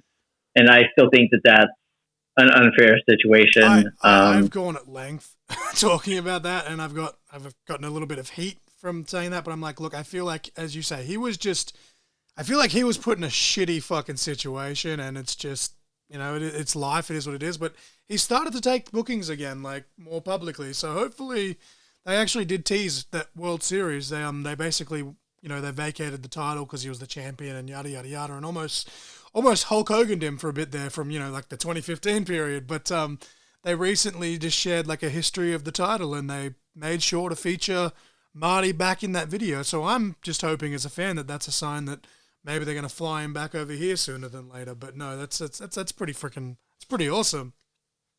Yeah, it's weird in the Marty situation. I don't want to touch on it too much, but like it would be no different than any of us at a bar. Like if the person's drinking, you obviously know that they've had to be checked and whatnot. So it doesn't make it right. And how many more times does he need to apologize for it? I mean, no one's perfect. We've all made our errors. And I just I see him being booked in Mexico, and Mexico doesn't really care about all that. It's wrestling.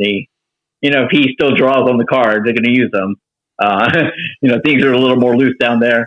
But yeah, no. So like, I know you've probably seen that I'm pretty famous for my celebrity video plugs with people and whatnot. Yes. And I actually have one from him, and it kind of put me over and stuff. And I'm just like, I have not posted it because of that backlash. I mean, I saw that he took a booking in New York, and people kind of flamed it out, and they were like, well, we're not going to book him. It's not because of you people. I'm like, yeah, I'm sure it was because people complained enough, but wrestling is a weird one, I tell you. But usually we say on the show, kind of as we wind it down, because a lot of the time I'm just interviewing my friends that, I feel deserve a platform, but we usually say, who's your ultimate dream opponent? But if you were to ever, I know you say refereeing is behind you, but if for whatever reason there was one, like, and you can, like, go as ridiculous or as realistic as you want, if there was one match that would make you want to put the zebra stripes on, what would it be? And is there a specific stipulation that you'd consider chucking the old stripes back on for?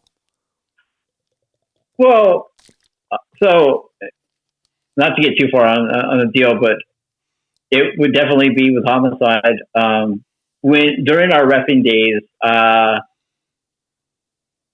there was an opportunity. He was going to be on the show, and we drove from basically Chicago, where we were at, all the way down to Texas, almost to the border. It was a 27-hour drive. And I was not booked on the show, but it was the whole, bring your gear, maybe you can get on type situation.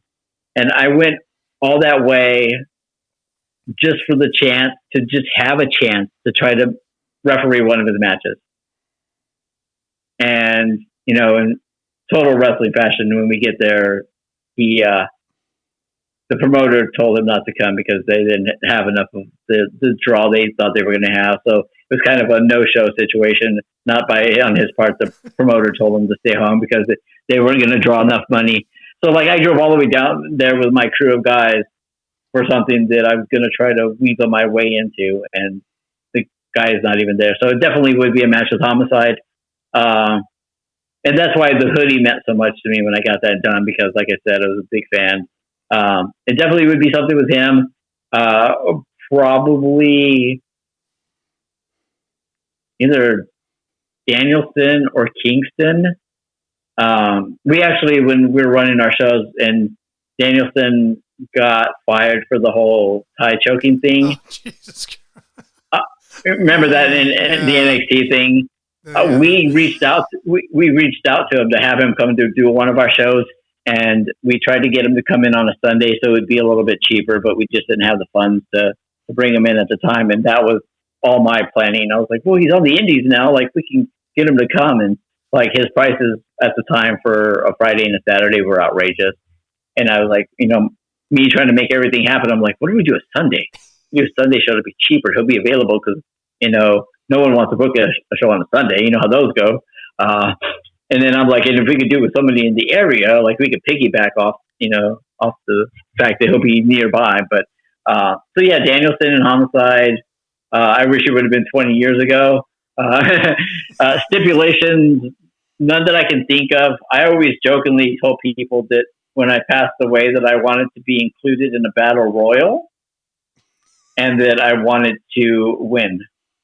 So I wanted them to roll my casket down the aisle, throw me in the ring, and then everybody jump out and put myself over in the battle royal. In like true indie wrestling style. Yes. The first ever battle royal. Yes, because I tell people, I'm like, when I pass away, I don't want like a 10 bill at the show. Like, that's all sappy crap. I'm like, just roll me out, name a battle royal after me, roll me out there, and then everyone jump out and let me win, put me over. But no, like I said, man, I really felt like I've done, like I was really blessed. Even when I started training, it was like, before I even got in the ring at that time, I helped that promotion and those guys set the ring up. They were like, hey, they totally took advantage of me being a fan. They're like, hey, like we have the show, like, and this was before they talked about training. They're like, yeah, we have the show, like, come, we'll help us set up the ring. And then, maybe we'll show you how to roll around and bump around the ring. And that was enough. Like, I busted my ass to help set up that ring. Thing was heavy. I wasn't used to lifting any of that shit. And the guy runs the ropes 2 times across, and the corner post pops, and, it needs to be rewelded. So we did all that work for no ring time, which, looking back, that's pretty much the story of wrestling. You do a bunch of shit for no ring time. But yeah, so like just even getting in the ring was enough, and that was more than I ever thought of. And it was the training aspect, and then it was like that was more than I ever thought of, and I was ever going to do. And then being in the ring with those legends, being in the ring with people that have promising futures and they're doing things now, meeting people like yourself through connections. I never thought I was going to have an Aussie friend, let alone have a whole bunch of people that if I ever went to Australia with, the rest of my liver would probably die trying to keep up with drinking between Spade and Craven, and the Maniac could probably put away a few. So just having that connection, and every time I think something is I've plateaued, I've been able to move up a little more. Like working with all these companies, being able to retain them over the years. I've never had anyone straight out just fire me. Either a company's closed or they're doing it themselves, which is noble. Every time I get a little bit closer, I do work with the Young Bucks. I did all that tour with the Tommy Dreamer, like all that graphics anybody ever saw for the Tommy Dreamer House of Hardcore, both tours, that was all done by me and no one else. I also got to run the Twitter account for a few months while that was all going on. So really blessed for that. Really blessed for Zorn and Andy Phoenix and all the staff and everybody I've worked with, and Battleship and Outback and all the guys in AEW with Ozzy, with Sharky and Target and all those guys, all the originals. It just opened doors, and every time, like I said, I move a little higher now. Last year I lost those clients at the end of the year, but then OVW comes along, and being able to work. And it's even gotten to a point where now I've branched out and, I don't know what the rating on this podcast is, but I've been working with some OnlyFans models, and I've been working with podcasts that, dabble in the more adult themes and whatnot. And hell yeah. it's really been opening.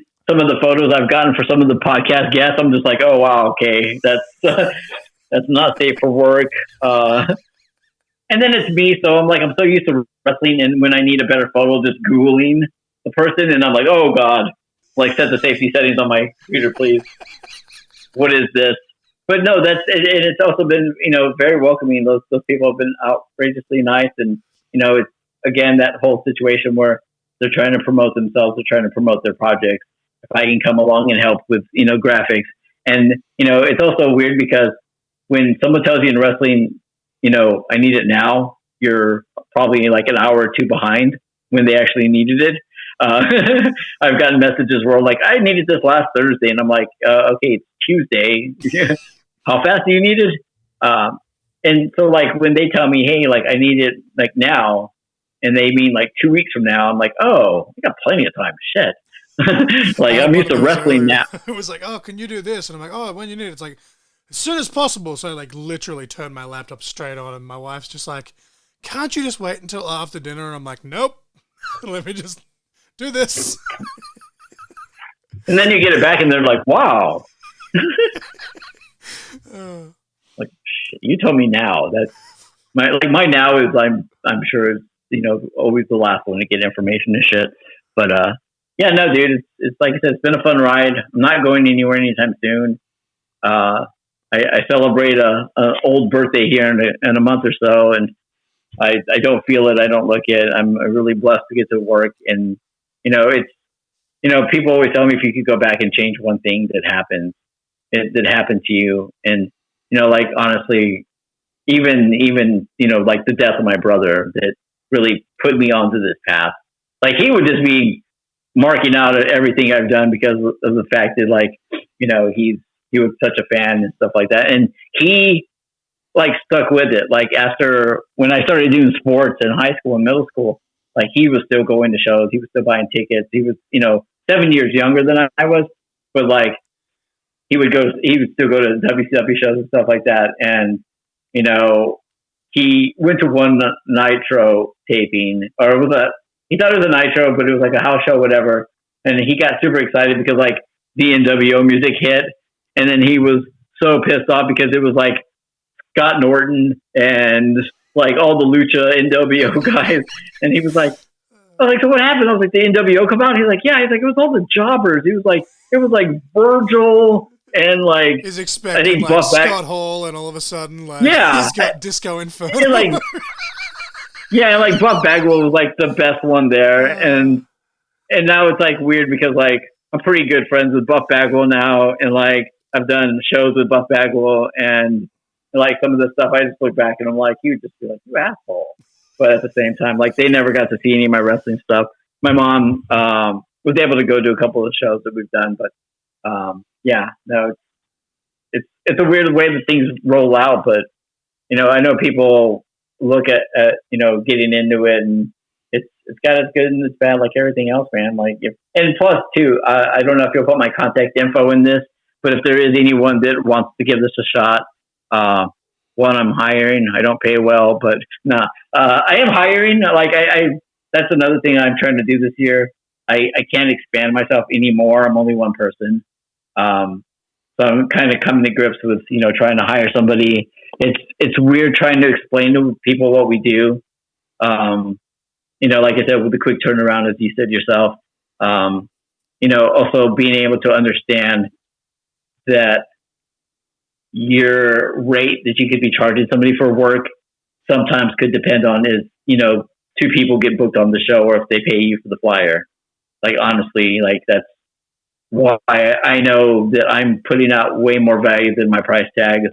Like I said, it's if anyone who's put together a show knows, you got budget for this and you got budget for that, and probably one of the last things, to get taken care of is the flyer budget, let alone a marketing budget. But it sometimes does come. There were shows I've done before and I've been on where I've seen, I know what they're putting in the envelope for me because I also wrapped and did flyers. And I know some of the guys that I was like, well, you could take this and, this could be a match. This could be two guys that, don't get much pay, or, they could pay the flyer guy well. So my contact info will probably be in all this description somewhere. Reach out to me, be like, hey, I want to give this a shot. Even if you're, Australian, I do have companies and connections still. I wouldn't mind, teaching and mentoring somebody. Like I said, I got connections. If you don't work for me, you can work for somebody else. But, I'm always here to help and offer. And if there's any wrestlers, anybody needs anything in companies, I've readjusted my prices for Australia now, just because of the dollar difference. I have set up a PayPal account with Australian funds, so I can take it. I will work with the budget and lower things as well. Definitely, it helps if you want to stay with me monthly. Or you can hire this guy over here that is putting this interview together, because he's another great option, and he's local and he likes money. So for a dude with one eye, I think I'm doing pretty good. Yeah. Because if you look at it, how much you could charge if you had two eyes? Way more. Oh, dude, I'm counting on it. I just need these fucking stitches to come out. Yeah, that's double the score.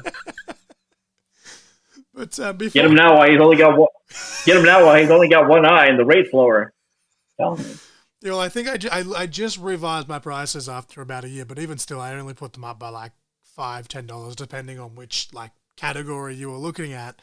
But before we get into all your plugs and info that I will have to make a mental note to put in because I think if my calendar is correct, I think this is going to be episode 101, and it's going to be the 21st of April my time, so it'll be I think Saturday night your time, so April 20th. Yeah. But before you guys are in the future. Before we get into the plugs and all the fun stuff to how we can contact you, Derek, I always end this with a non-wrestling question, just as kind of just a fun fact for the for the guest that I have. And I hate saying guest, I hate saying interview. It's just a conversation, hence the title of the show. But I try my best to tailor it to the individual. And you, much like me, you've mentioned yourself that you've been to a handful of cons and yada, yada, yada. You identify, I guess, as a nerd, as do I. And again, just the fact that you said that you're that much older than me blew my mind. I thought you were like 10 years older than me max. So, wow. But what is your favorite thing to nerd out to outside of professional wrestling, and why?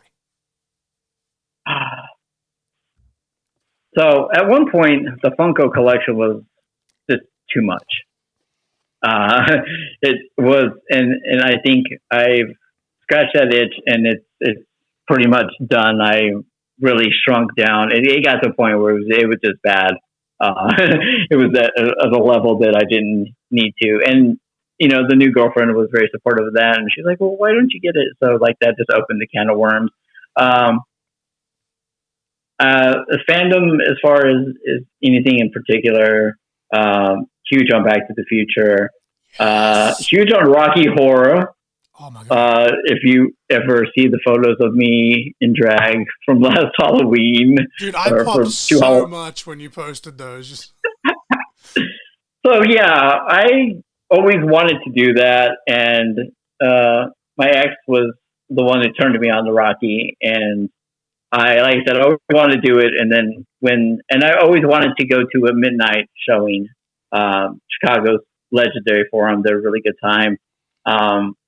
So we bought tickets with the new girl, and I was like, hey, have you ever done this? And she's like, no. She's like, I've seen the movie. She's like, I'd really like to go see it in action. And so we went, and as I was, as the days were going by, because these tickets move super fast. I don't know what their secret is, but so I bought it 2 months in advance. And, as the days were going by, I was like, I really kind of want to dress up. She's like, it looks like fun. And she's really, younger and full of energy still and wants to do spontaneous shit. And, I'm the old guy here, but I was like, I kind of want to do it. I'm like, so, for any costume, you just can't go to a costume place or, stuff like that, or go to, where you have the pre-made costumes or pre-bagged up costumes. This one for Rocky, you have to kind of piece it together.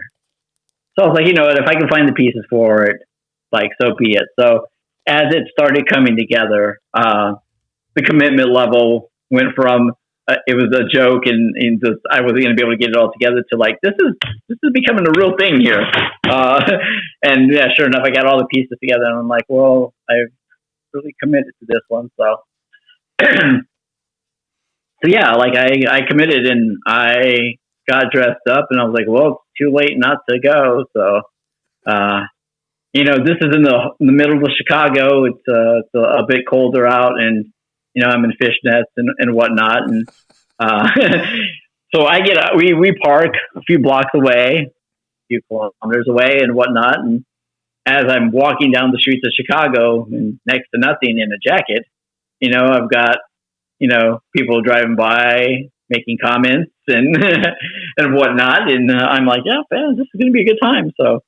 Yeah, it was a good time, and it was a good performance, and I got a lot of compliments from the cast saying that I did a really good job on the costume, and I even entered a costume contest, and I got past the first round, but I did not win. And this is saying a lot for someone who is very introverted, which, I mean, by this conversation, you couldn't tell.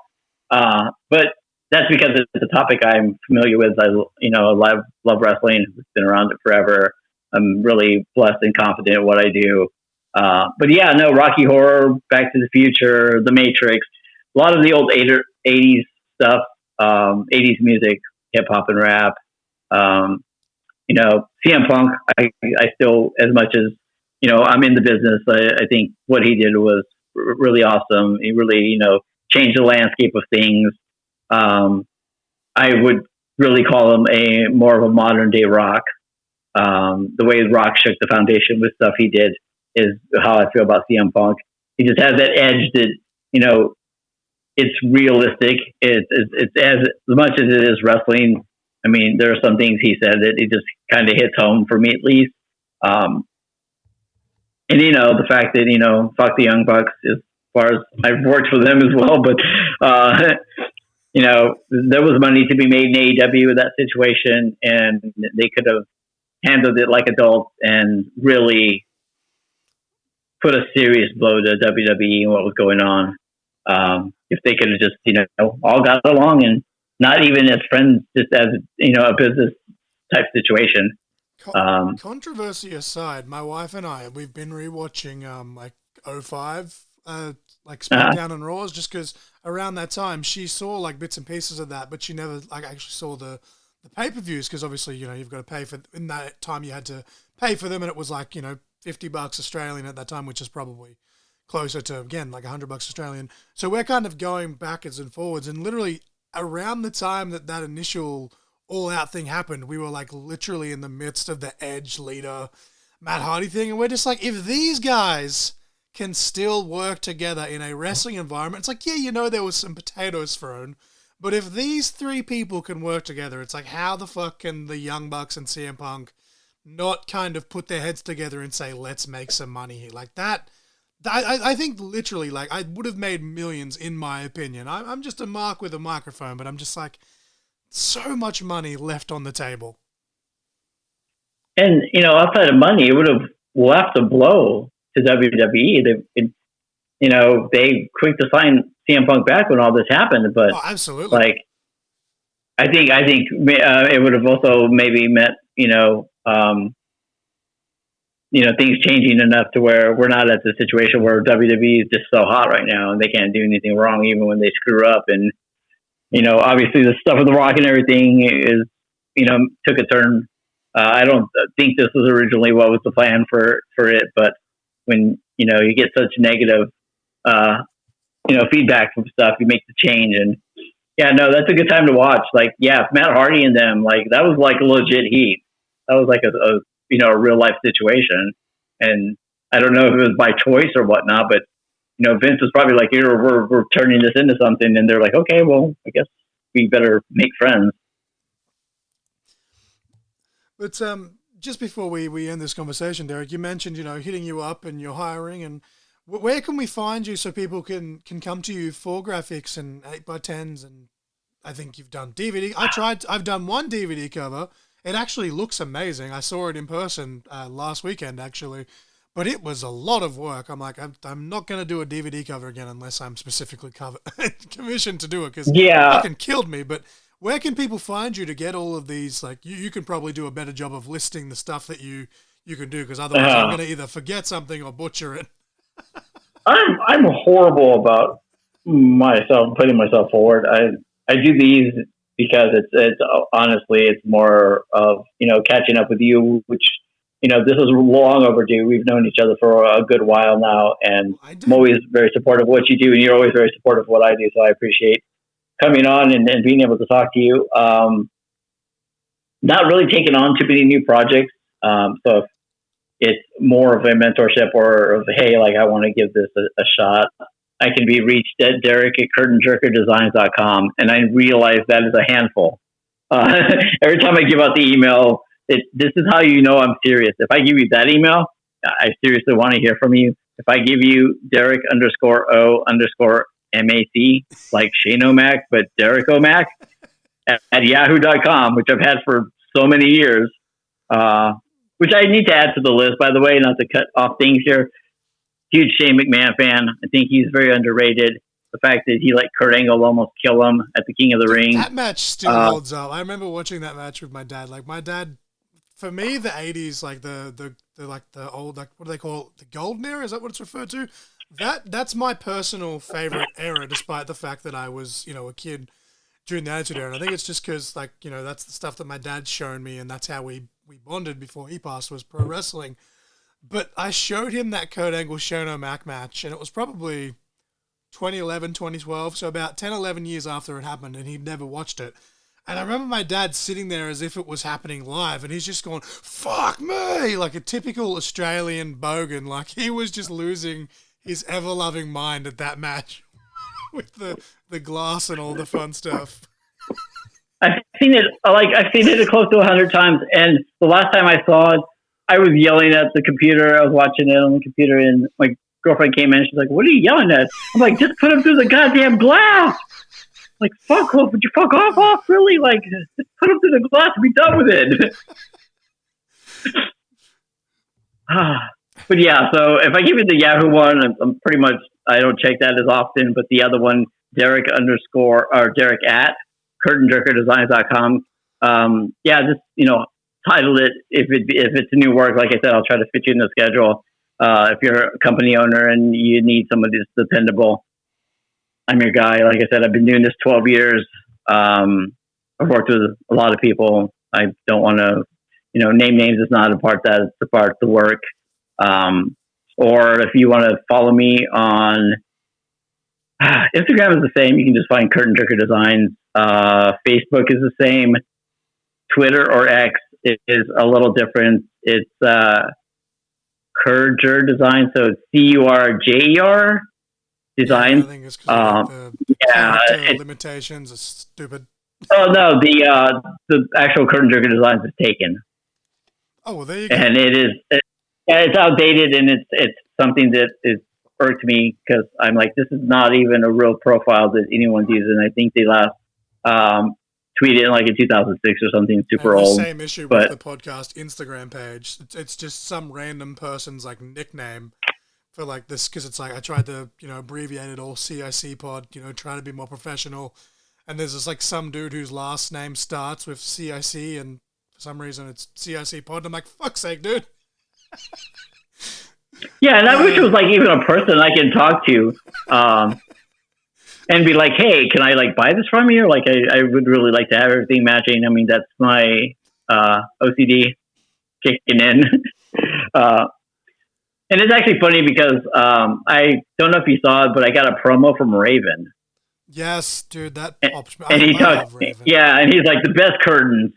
He's like, if you need the best, I was like, no, not that curtain. I mean, but yeah, like I said, I've, sometimes too, I understand, that, people don't necessarily have the money and stuff. And I, on the Raven one, the guy was like, I need, some stuff with Raven's going to be at our show. And he's like, I normally do it myself, but very much like you do on that one flyer, you're like, I can bring in, Derek to do it. And I gave him the price, and he was like, he's like, that's a little high. And I'm like, yeah, I'm like, but you're getting, good stuff. I was like, you know what? I'm like, if you can manage to get me a promo from Raven, we'll call it even. And he was like, yeah, I could do that. Like, he's like, and some guys are more open to it. And some guys are just like, yeah, they don't do that. So, Paul London, I need to send you the Paul London one. I've done work and been online friends with Paul London for years. And I messaged him. I'm like, hey, you're doing a signing with one of my clients. Would you mind shooting me a video? And he's like, yeah. He's like, it's way overdue. I was like, yeah, man. Like, I don't usually ask for it right away. I build up a relationship, and then I'm like, hey, I need it for marketing and whatnot. And so he shoots me a video, and then Nick sends it over, and it's like 3 minutes long. And I'm like, oh, geez. I'm like, usually I just need him to be like, hey, this is, Derek, if you need a flyer or a match graphic, hit up the other Derek, or, something simple. So it's not inconvenient. You know what I mean? And I get this video, and it's 3 minutes long. And I'm like, oh God. And, like me being a fan of Paul London and the Ring of Honor days, like he would just go off on these crazy tangents. I don't know if you've ever seen any of his promos. Yeah, they're very very out there, I guess, for lack of a better term. Okay, so when I see 3 minutes, I'm like, oh, he just really went for it. So, have you ever seen the movie Sylvester Stallone, Over the Top? The name rings a bell. He's a truck driver, and it's got like arm wrestling in it. My dad was obsessed with specifically the Rocky and the Rambo movies, but my dad was obsessed with Sylvester Stallone and Arnold Schwarzenegger and all the classics, and he was a truck driver himself. But yeah.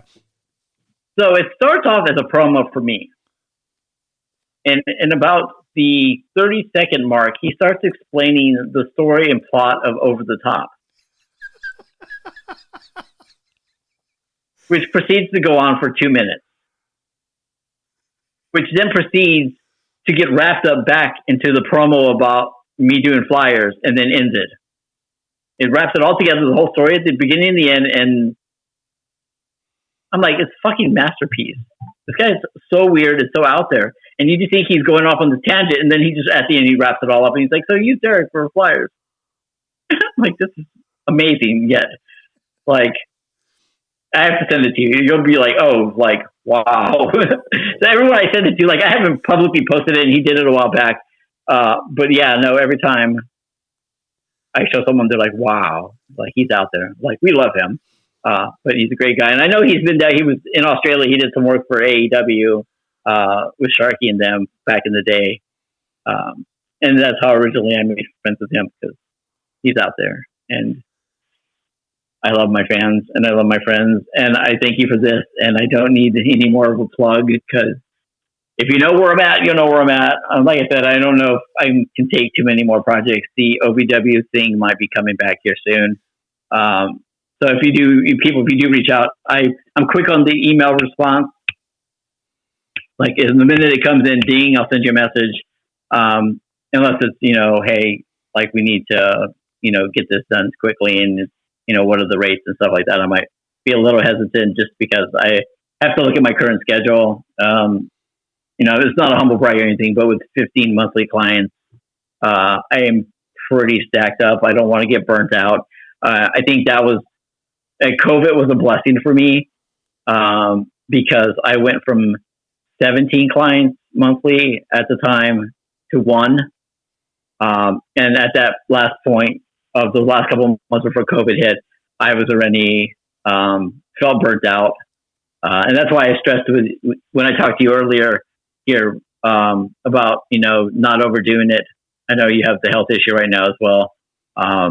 But, you got to put your health in the forefront of things. Money is always going to be there. Opportunities are always going to be there if you work hard. And this is more towards you right now. I know you have that same drive in me to be like, hey, I'm always busy. I got things. I see stuff. I'm the worst person to take out in the public. Like, I don't leave house a lot. But like we went to a restaurant the other day, and I'm like, I'm like, this is not good. I'm like, these menus are I'm like, can I talk to somebody about the menu? I'm like, this menu is not working here. And little stuff like that. I literally just did that at the eye hospital, like for my last appointment. I'm looking at their logo and I'm like, look, it's a really cool logo, but it was done probably, 10, 15 years ago. And I'm literally looking at that. I'm like, hey, wouldn't it be cool if me, as the one-eyed patient, redid that logo? Like, even if I just had a crack at it, and my wife's like, we've got stuff to do. Like, come on, like, we need to get to this appointment. I'm like, yeah, but what if? And she's just like, ever so patient. I don't know how she remained so patient with me, but it was just like, the brain just didn't stop. And I'm like, this is an idea that could be a thing. Yeah, mine's always like, you're too quiet. What are you thinking about? I'm like, nothing. I'm okay.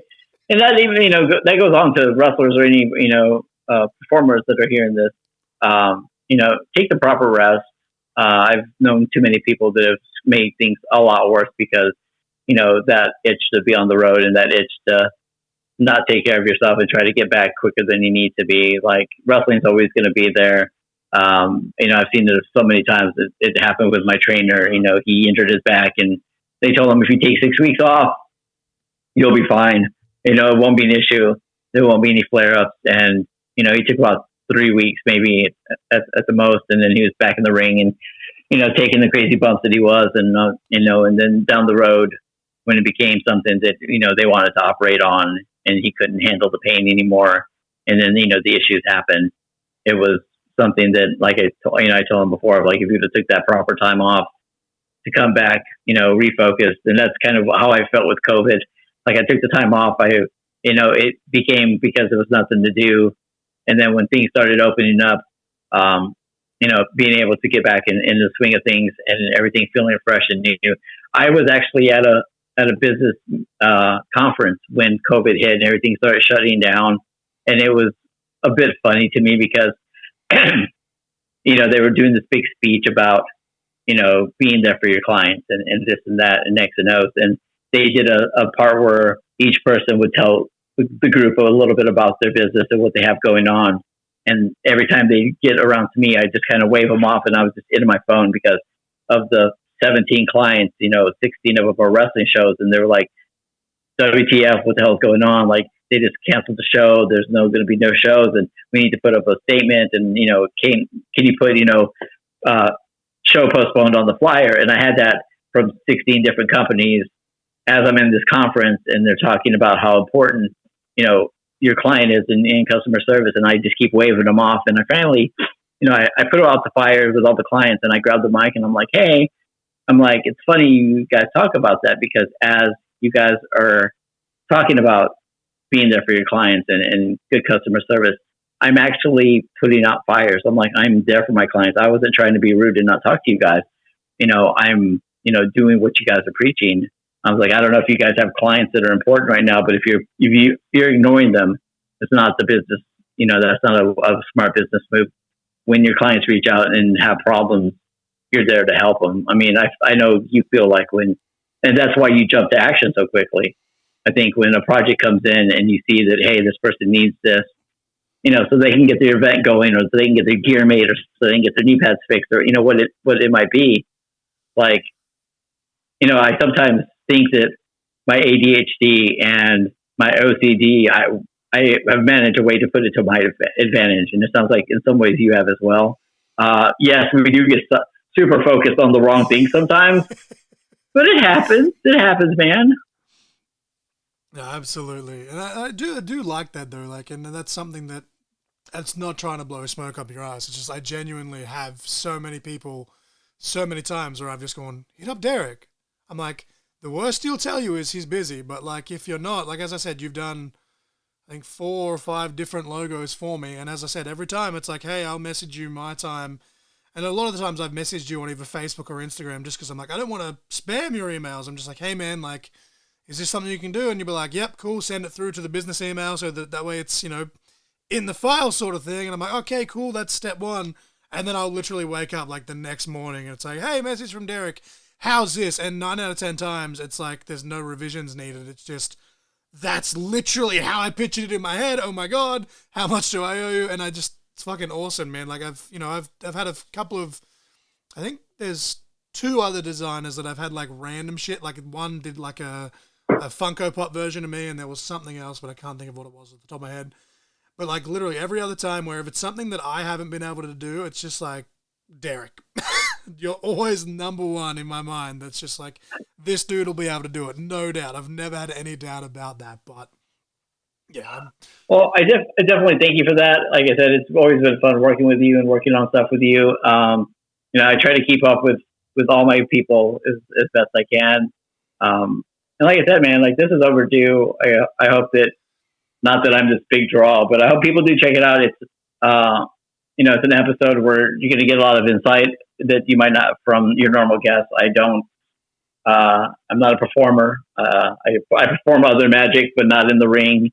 Like I said, I had my 2 matches. I got my ass kicked. I lost to an RKO. That was interesting. He shot me off the ropes and goes RKO. And before I could even be like, what? I was on the ground and getting covered. So I wish it was footage of it just to see how horrible it was. Cause I have old photos of training and I'm like, I had no right to be in the ring or whatsoever, but, it worked out. And because of that, chance at 32, which is old, even some days I feel way older, but some days I don't. But yeah, like, taking that chance, I would have never been able to work with any of these people. I would have never met anyone like you or, any of the Australian people that I have the utmost respect and love for, even though y'all are all criminals. I do appreciate you jumping on. And I honestly, I feel like you keep saying it's overdue, and it really is. Like, I've been trying to do this since, I think 2021, the podcast started. And I obviously 2022 or 2023, I can't even remember. The time's going so quick. I think it was last year, 2023. I only put out 10 episodes the entire year. So the list kind of just kept growing and growing. But I have no doubt that I'm sure at some point when you do have something cool that you want to plug or coming out that will have you back on, or even just mark out about, even just non-wrestling stuff, because a lot of the stuff you mentioned, like Back to the Future, to me is still the greatest movie trilogy of all time. Like the 30th anniversary of that actually fell on my 21st birthday, because my birthday is October 21st, obviously. That's the movie. I was more excited for the 30th anniversary of the Back to the Future than I was for my 21st birthday, which obviously that's the legal drinking age out. Like, obviously it's 18 here in Australia, but everyone's like, oh, you can legally drink anywhere in the world now. And I'm like, bro, fuck that shit. Back to the Future. Like, let's go. Yeah, I know it's a sore subject with me and Luke a couple years back when he actually had a pair of the mags. Sitting up, he had a display with the mags, and we both had the Pepsi.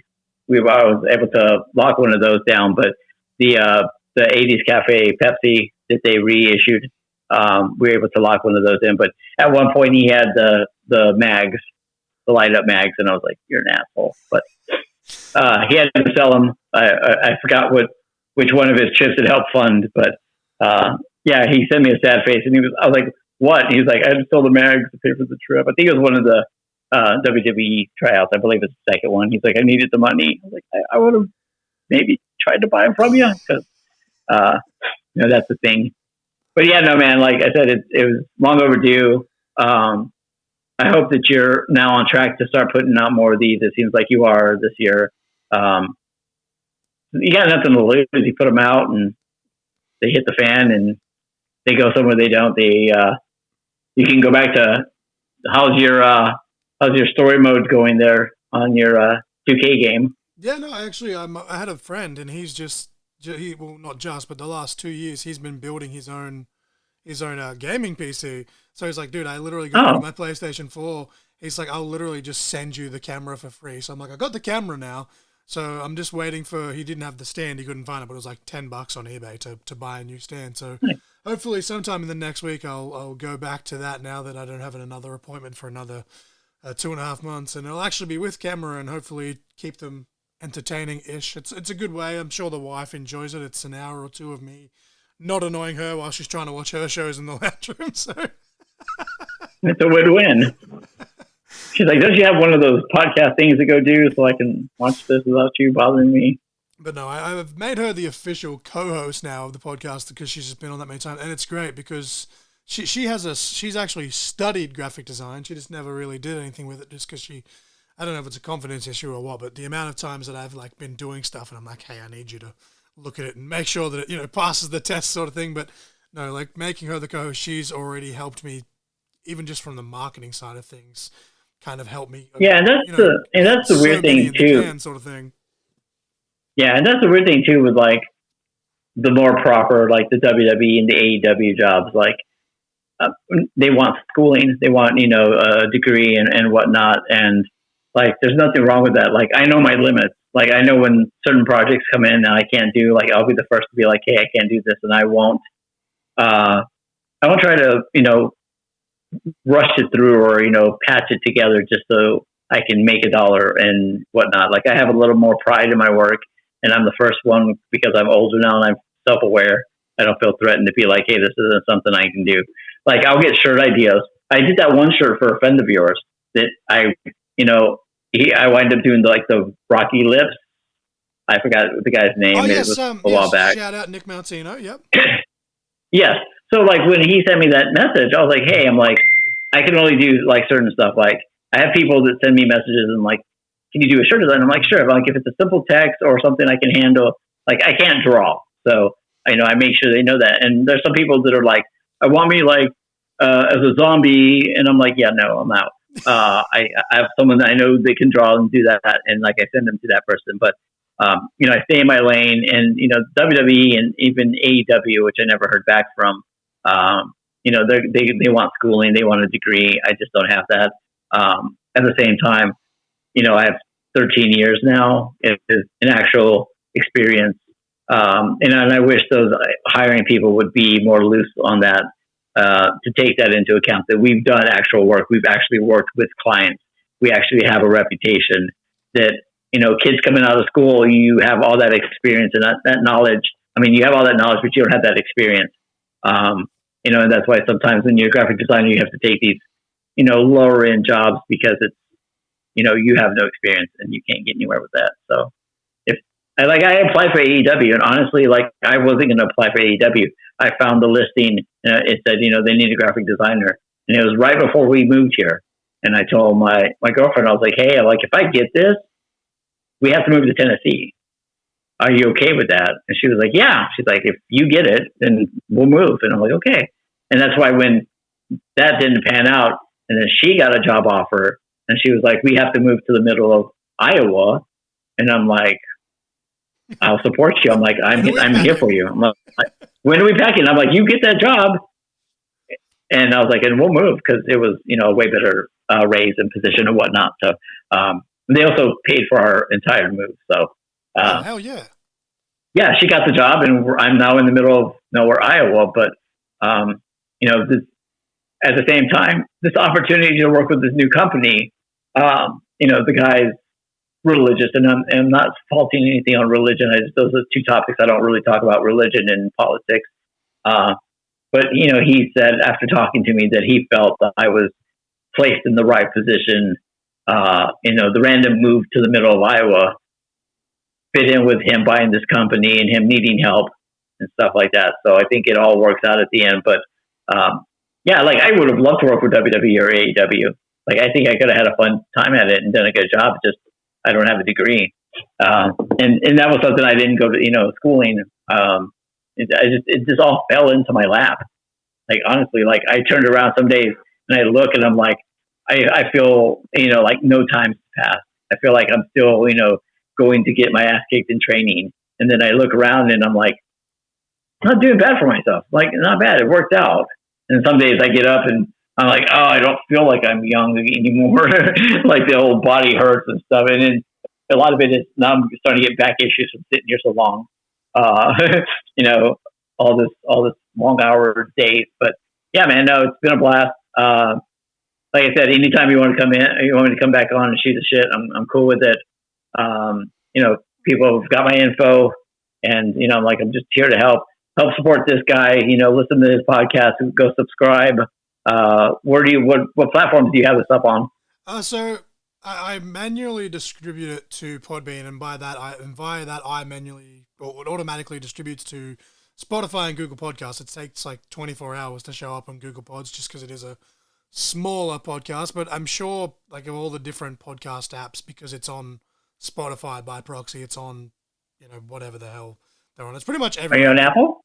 Not on iTunes? I'm not on iTunes. I have been because I'm an Android person, but I am working on trying to set that up so that it drops on there as well. But yeah, it's on most like things that you can get podcasts. But yeah, a lot of the time when I share the link around, I usually just use the Spotify one because that's the go-to, and then yeah, Podbean's the actual service that I use to organize it on. I've got to pay a subscription like once a year.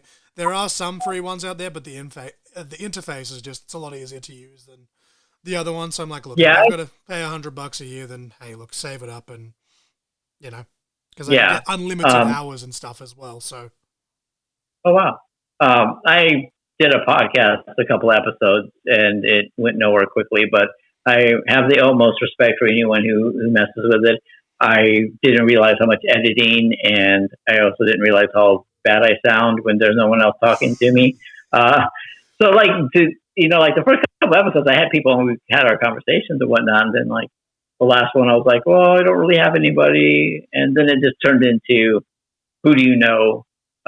Who can you get on? You know what I mean? So, and that wasn't about my thing. So I just tried a couple, and I was like, I respect you guys. It's a lot harder than people realize. And going back to what I said earlier about the shows, like I wish fans could tell and see, exactly what the workings is. The day of the show is hectic.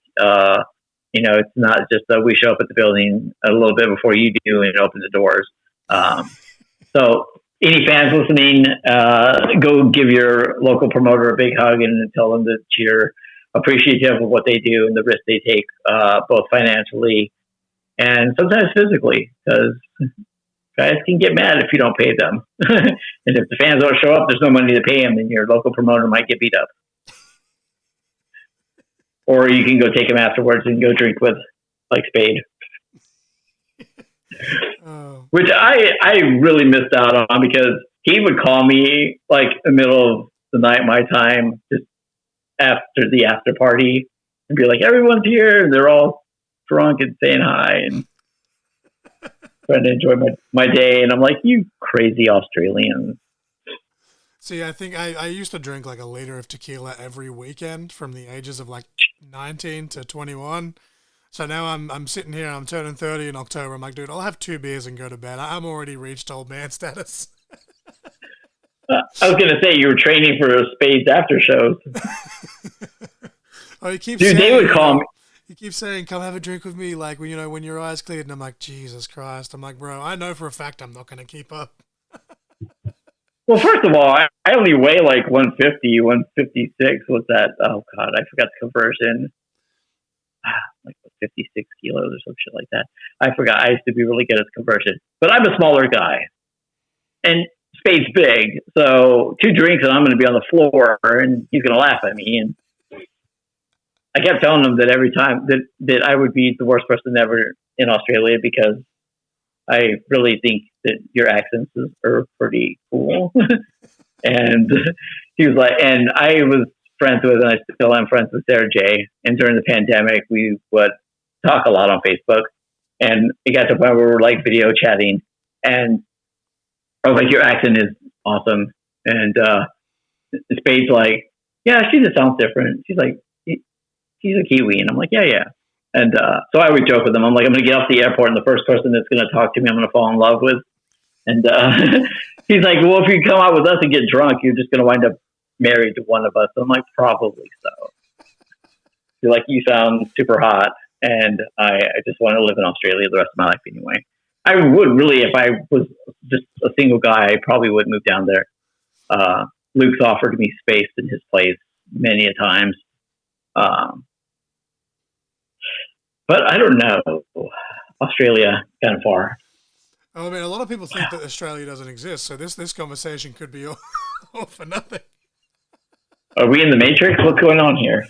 No, but I I got the new girlfriend wanting to go to Australia because we could stop in New Zealand and see the Hobbit shit. So she's all for it now. Well, I mean, like, obviously they just had an elimination chamber in Perth. It would be easier for me to jump on a flight to go to New Zealand to see the Hobbit stuff than it would be to get to fucking Perth. Well, that's the thing that, like, Luke was so amazed about when he came the first time, and we would just drive to all these different places and different towns and go to shows. He's like, you could never do that in Australia. And I'm like, okay, please tell us why. And he explained it and whatnot. And he's like, yeah, he's like, there's no just going and hopping on the freeway for an hour and being like, you're in this town, let's do a show. So his span of 6 months when he was here, he did so many shows. He got to work with so many people. Like, that really helped. And you know, I know that Shaz is over here now, and you know, she's getting opportunities. I've been putting her on stuff left and right. So if there are any Australian wrestlers, I know it's not as easy as just picking up, but you know, getting over here for a tour, even if it's these really, you know, crappy wrestling shows, because you know, when you're first starting, you come over here, they're not the best quality of shows, but you can work your way up. But if you're just trying to get repetition and get matches in, like, this is a great opportunity if you have the money. If you want to fly over on Qantas and get booked. I know Spade was talking about coming not too long ago. Yes, actually, I saw him mention that. I don't know what to play. People would have to ask him. Yeah, because that, but yeah. Yeah, after he fired me and then decided that we couldn't ever talk again, asshole. I got a random message, and he was like, "Where are you again? By Chicago?" And I'm like, "Yeah, I was." And he was like, "Oh." I was like, "Are you coming over?" He was like, "Well, yeah, I think that would be cool." I'm like, "Well, come on, get on the plane, Spade." Yeah. And also, I know Sammy Russo, the one that runs AWE, yes, was supposed to come over to Chicago, but he was coming with the family for vacation. I know sometime soon, because it's kind of weird. Like, you know, you talked about seeing the DVD cover in person. Like, I hardly get to see anything printed in person. I'm so used to just sending the files off. So when, like, I go to Blizzard Brawl or, you know, some of these other shows that have a little more meaning to me that I wind up going to, I always get taken aback seeing that, and, you know, walking by and be like, I did that. That's pretty cool. Or meeting somebody that I put on a flyer a million times, like Shazza. Like, I put her on stuff all over the place, and then I finally met her, and I was like, hey, like, this is me. I'm, you know, that person. But you know, I saw one of my posters out in the wild for the first time, like, this past weekend as we record this, and I was like, holy shit, that actually turned out, like, so good. I was so worried that I'm like, oh, you know, like, oh, it's kind of like, you know, it's generic in a way with, like, the style, but then I looked at it like kind of it was just on the notice board, and it wasn't even that I was looking at it, it just jumped out at me, like, live pro wrestling, and I was like, oh shit, I did that. I was just like, fuck. Did you start? So cool. I'm not any fucking good at being. Did you start nitpicking? Did you look at the flyer and said, like, I could have did this different? I do that. Even as soon as they're posted on Facebook, I do that. And my wife's like, it's fine. It's out there. It's worse when it's worse when it's printed and you see it and you're like, oh, I missed this race spot here, or, you know, that kind of thing. I'm like, oh, the shadowing is like, you know, a quarter of an inch too far. And she's like, that is the most trivial shit. But I'm like, no. Well, so when I saw the poster of Blizzard Brawl, I looked at it and I was like, oh god. And then I'm thinking back, I'm like, am I doing this wrong on everybody's posters? I'm like, because like I put a stroke on the font so that it would stand out more, but then it got into like the line below it where the info was, and I was like, oh god, like I messed up, and then self doubt and all this other crazy shit that's in our heads. I'm like, no, and so like it just made me more careful from now on. Like I look over, I even like zoom in all the way to actual size and, you know, check the spacing and stuff like that. So, so see how we just, you know, make that turn into our superpower. And, you know, like my girlfriend's got the same thing. She's got, you know, OCD issues and whatnot. But it's not super bad, but it just makes her hyper focused on work. And, you know, her coworkers don't like it because she's on her shit. But I'm just like, see, I'm like, you just work it to your advantage. Like there's, faults in everybody and there's ways around it. I had a friend of mine who would get, manic, and, most people, when that happens, they start, spending or, buying a bunch of shit and stuff like that. And, you have problems sleeping and whatnot. And he just uses it to stay up and get work done. He's like, I'm so productive when I'm manic because I'm just up and it's focused on work. And I'm like, oh, that makes sense. I'm like, you have your lows though. We all do, but yeah, no, come visit.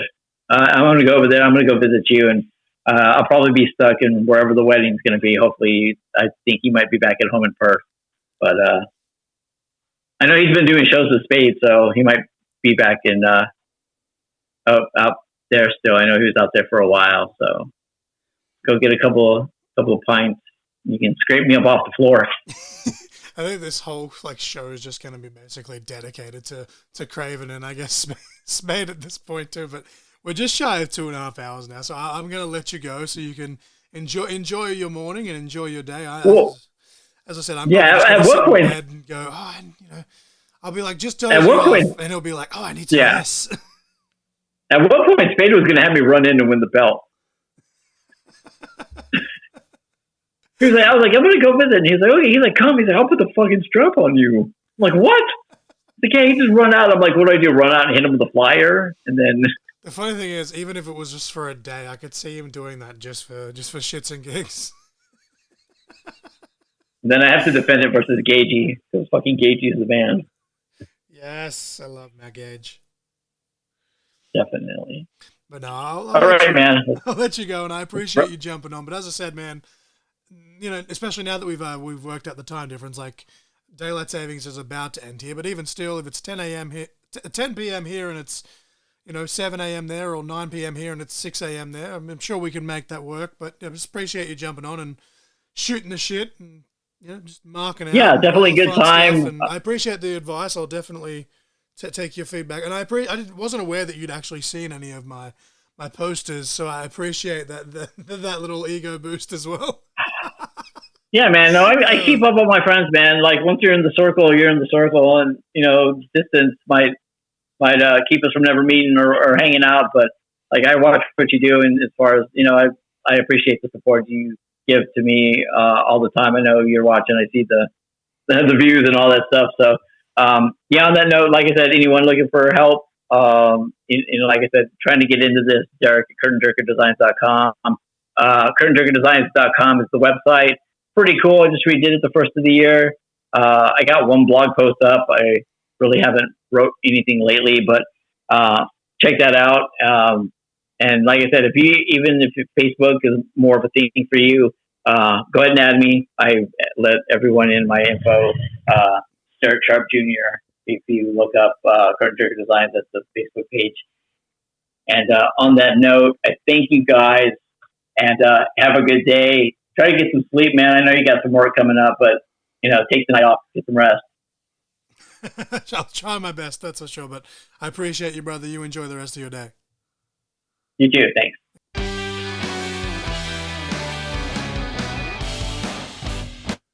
All right, ladies and gentlemen, that was Derek from Curtain Jerker Designs. I did not intend for the conversation to go that long, and I do apologize for Derek for keeping him that long, that early in the morning. The conversation started at 7 a.m. his time, and I think it started at about 11 p.m. my time, because it was just before the clocks went back. Obviously, clocks have gone back and daylight savings is finished here on this side of the world, but Mrs. Crossfire was meant to be a part of that, as we mentioned in the intro. But when I came to bed at 1:30, I think I came to bed at 2:30 a.m. By the time I calmed down and did what I was doing and promoting for other stuff and putting all these notes and shit together for other episodes and this episode and yada yada yada. But again, that one wasn't even intentional. Fuck my life, yada yada yada. It's fine. But I came to. You're making me self-conscious now. I came to bed, and when I got into the bed, our bed is very rickety. And as I mentioned in one of the Twitch streams, it's about to fall apart. It's about to fucking implode amongst itself. Not from Mrs. Crossfire powerbombing me or me powerbombing her, as Samuel was joking. It was my spears. What? No, that was the other bed. That was the other bed. No, I rolled over and Mrs. Crossfire stirred, and I felt really bad because I woke her up, but she just asked me, like, oh, how'd the interview go, baby? Like, I and I was like, sick, well, we just talked. I so wanted to be a part of it. She didn't realize what time it was. I'm like, well, me and Derek and I just talked for 2.5 hours, and she's like, holy shit. I'm like, yeah, like, wasn't intentional. That's so again, awesome, apologize to Derek for keeping it long, but I had a little bit of a mark out moment, and I was meant to mention this in the intro, but I was trying to go through it because I don't want this to go too long. Going through the motions, yeah. Derek says in this conversation, and as you guys would have just heard, that he's been watching my progress on my posters, and he's been cheering me on, and he's really enjoying what I'm doing. And I look, and it's not. I'm not trying to say this to. When I put myself down a lot, and I'm not trying to fish. Like, I'll say, like, I'm not a good wrestler, and people are like, no, you're a really good. I'm like, no, I wasn't a good wrestler. I was a great worker. There is a difference. I'm humble enough to admit that. But I'm very self-deprecating when it comes to my posters, and I look at things, and I'm like, fuck, why didn't I do this? Why didn't I do that? To me, there's a lot of great designers out there. Like, people do, like artworks and backgrounds, and that's a different skill in itself. But when it comes specifically to, like, the flyers and, like, the 8x10s and all of that, like, stuff. The thing is, though, with that, because, like, I'm very similar. That's why I quit doing graphic design. But there's all different, like, genres, really. But that's what I'm saying. Design. In this Apples to specific niche, when it comes to doing posters and just promotional work within the realm of professional wrestling, I think that Curtain Jerker Designs is the best in the fucking world. And every time someone says to me, hey, I've got a logo idea, this or that, I'll try my best. But the amount of times I've said, message Derek or message Curtain Jerker, if I had $1 for every time I said that, I wouldn't even need to make logos myself at all. Be a fucking billionaire, fam. Every time. So, breaking down the fourth wall, Nick Maltino helped organize Southside Bash, SCW's October show back in 2022. I just started doing the posters that year, and they were still kind of there, but they weren't. And he asked me, he's like, hey, like, do you think you could do XYZ? And I straight up said, dude, like, I can try, but if you can afford it, message Derek. He messaged Derek.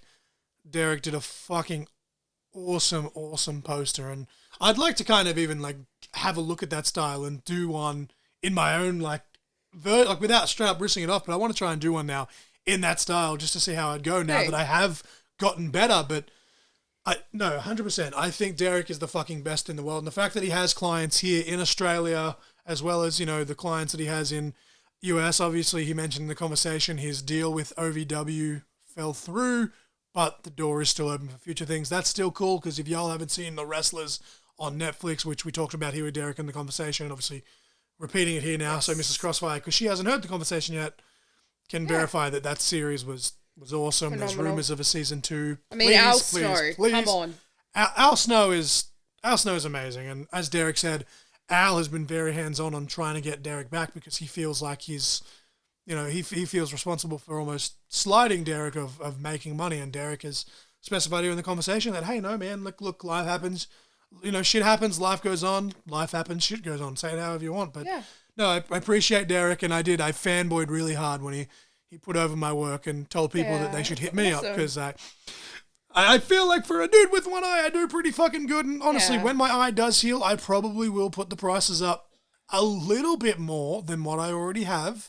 But again, as Derek says here, you can't sell yourself short. Know your worth, bitch. There's being everyone's friends, and there's doing it a business. I'm probably never going to have a full-time business doing graphic design like Derek does, because that's the stuff he does is just insane. But I feel like I do pretty great. So, hey, promoters, hit up Derek, or if you want someone more local here in Australia, I know that is the core listeners I have, send me a message on Instagram, Crossfire_graphics. What are you giggling at in the background here that you want to share? It's my ADHD.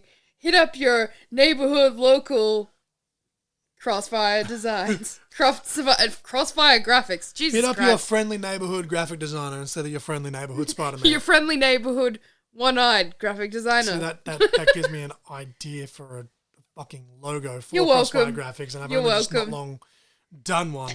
You're welcome. I probably won't do it. But You're welcome. Yes. What can I say?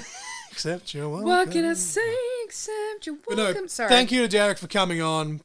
As we said, this is dropping on April 21st. So if you're listening to this on the day that it drops, we still have ECW Extreme Capital Wrestling Electric Boogaloo. We have MXW Game Over on April 27th. We have ICW 15 Minutes of Fame on May 18th. There is no link to that just yet. Hopefully by the time this episode goes out, there will be. Hopefully I'll be able to post it by then. I don't even know if I'm allowed to announce that publicly, but originally when they said, hey, here are the dates for the year, it was on there, and there was a little bit of hoopla, but we've got it sorted, so that'll be cool. October 26th, obviously, is the big one. Emma Butler Memorial Show, very near and dear to my heart. I believe Mrs. Crossfire is actually going to be making the trip with me for that one. I don't know Hopefully, if she's going to be working it as the ring announcer or not. I know that High Octane has said that the offer is there, but Mrs. Crossfire will most likely be there watching the show in some capacity. Just need to get over my anxiety. And check the links for all of Derek's socials and hit him up and his email and Mrs. Crossfire's Instagram's there, and then of course the link tree contains everything: the GoFundMe, the Amazon wishlist, the pro wrestling tees with the 3 new designs, the What Are Words, the Nova Lee, and the Radiation Kick. I do plan on getting physical ones made for that Cara show, and I'm straight up here. I'm gonna use a calculator and everything, and I'm gonna get about 30 to 40 shirts. I'm aiming for 50 if I can afford it made up for that event. And depending on how many shirts I sell at the end of the night, I'm going to go boom, boom, boom, divide it by 10%, and I'm going to walk over to the lovely Emma Butler's mother and father and family, and I'm going to personally give them money and say, hey, put that in the donation box and let's raise some more money, because my dad passed from the same tongue cancer, and the fact that in the Cowra region and the Central West region in general that they raised technology for, I think, someone can correct me if I'm this, so High Octane, if you do listen to this, I'm sorry. I believe they raised funds and they have helped 3 separate medical facilities within awesome. New South Wales. That's amazing. Could have been 2 and one of them just got 2 different bits of technology, but there was 3, something to do with 3. I think, anyway, I'm going to say 3 because if it's not 3 already, it's going to be after the show at the end of October. More. But even. No, the amount of people whose lives have been saved because of this, it means a lot to me, and I don't want to sit here and rant and get fucking teary-eyed. It's late at night, so I'm getting delirious, but it means a lot to me, and the links are going to be there, and I cannot stress that enough. And obviously, all the Facebook page, my Crossfire page, the Rogue page, go follow the ECW page.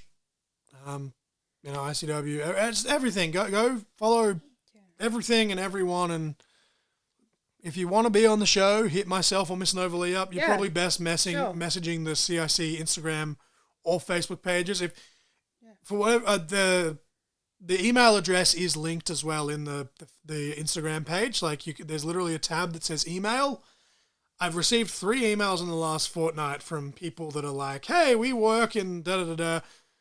2 of them, I'm 100% or 99.99% were like bots and scamming. Yeah. 1 I had to look into and it was legit, but I'm just like, look, I'm not interested in what you're doing because it was like something to do with title belts and yada, yada, yada. And obviously, at Royal Label Titles is my fucking dude. So if you're trying to get into the business of title making and you want me to support you, while I wish you the best of luck in your endeavors, there's only one that I'm going to be plugging on this show. I mean, obviously, if you hit up Ryan Casca on his personal page, I can't think of the name of it, which this is just a rant, but he does like drawings and designs. He actually drew up the MXW title, which Royal Label then brought to life. Yeah. But no, like just hit me up, message Instagram. You can message Mrs. Crossfire if you want. Just don't be a fucking creep, otherwise I'll slap you, and she'll probably slap you too. But no, like just hit us up. We're really loving this, and again, some of these last few episodes have been longer conversations, and we do apologize if you've got a short attention span. But look, if you're just doing something for around the house or housework, then it's a great way to just put it on. And do you have anything else we need to plug? Because I feel like I'm waffling on. I just hope that I can catch Derek next time. I'm so bummed that I didn't get to be on this episode. No, I 100%. I think that eventually, if he's got something that really needs to be plugged or whatever, we'll bring him back on. But the reason this episode is so long is because we got really deep, and it wasn't even meant to go as deep as I thought. Like, I had outlines, and I looked at the questions, and I thought it was going to go maybe 2 hours, but went 2.5. But at the end of the day, it's as much as it's for the audience. It's for our interviewees. Yes, I just know that when people look at episodes, they're like, oh fuck, that goes really long. Like, you'd much rather listen to a 45-minute podcast than a 2 hour. Mine, I always say, I used to say 40 minutes to an hour, but now honestly, I aim for about an hour and a half. Yeah. For a full episode, just because that's just the way we. Well, but it's pretty much I appreciate Derek jumping on. I really do. But yeah, it's pretty much what we've been saying the whole time. Is it's just we want to be like an outlet. We want to be a safe space where people can just vent, talk about stuff, talk about wrestling, just have a good time, and just feel comfortable. That's all we care about. Yeah. And it's like the ones that usually feel like they can't get seen. Oh, and that's another reason for the list. I wanted to get as many of there's still a list of people that I need to get because of health and everything, but the ICW guys, there's so many of them that I feel should get a platform to tell their story. Yeah, exactly. Will eventually get a chance. And it's kind of obviously grown from then. And if you listen to the DPC episode last week, it's grown and grown and grown. But thank you guys for listening. Yeah, thank you so much. Thank you again to Derek. If you listen to next week's episode, I thanked GMAC probably 20 times. Maybe that's a bit of an exaggeration, but I did a lot. So I'll be very, very thankful to Derek, but I won't sound like a crack We're record. just thankful to our guests. Thank you, Derek. I appreciate you, my mother. I am the Essential John Crossfire. With me for this intro and outro was the lovely, sensational Nova Lee. And you guys have just been caught in conversation. Shakalaka laka.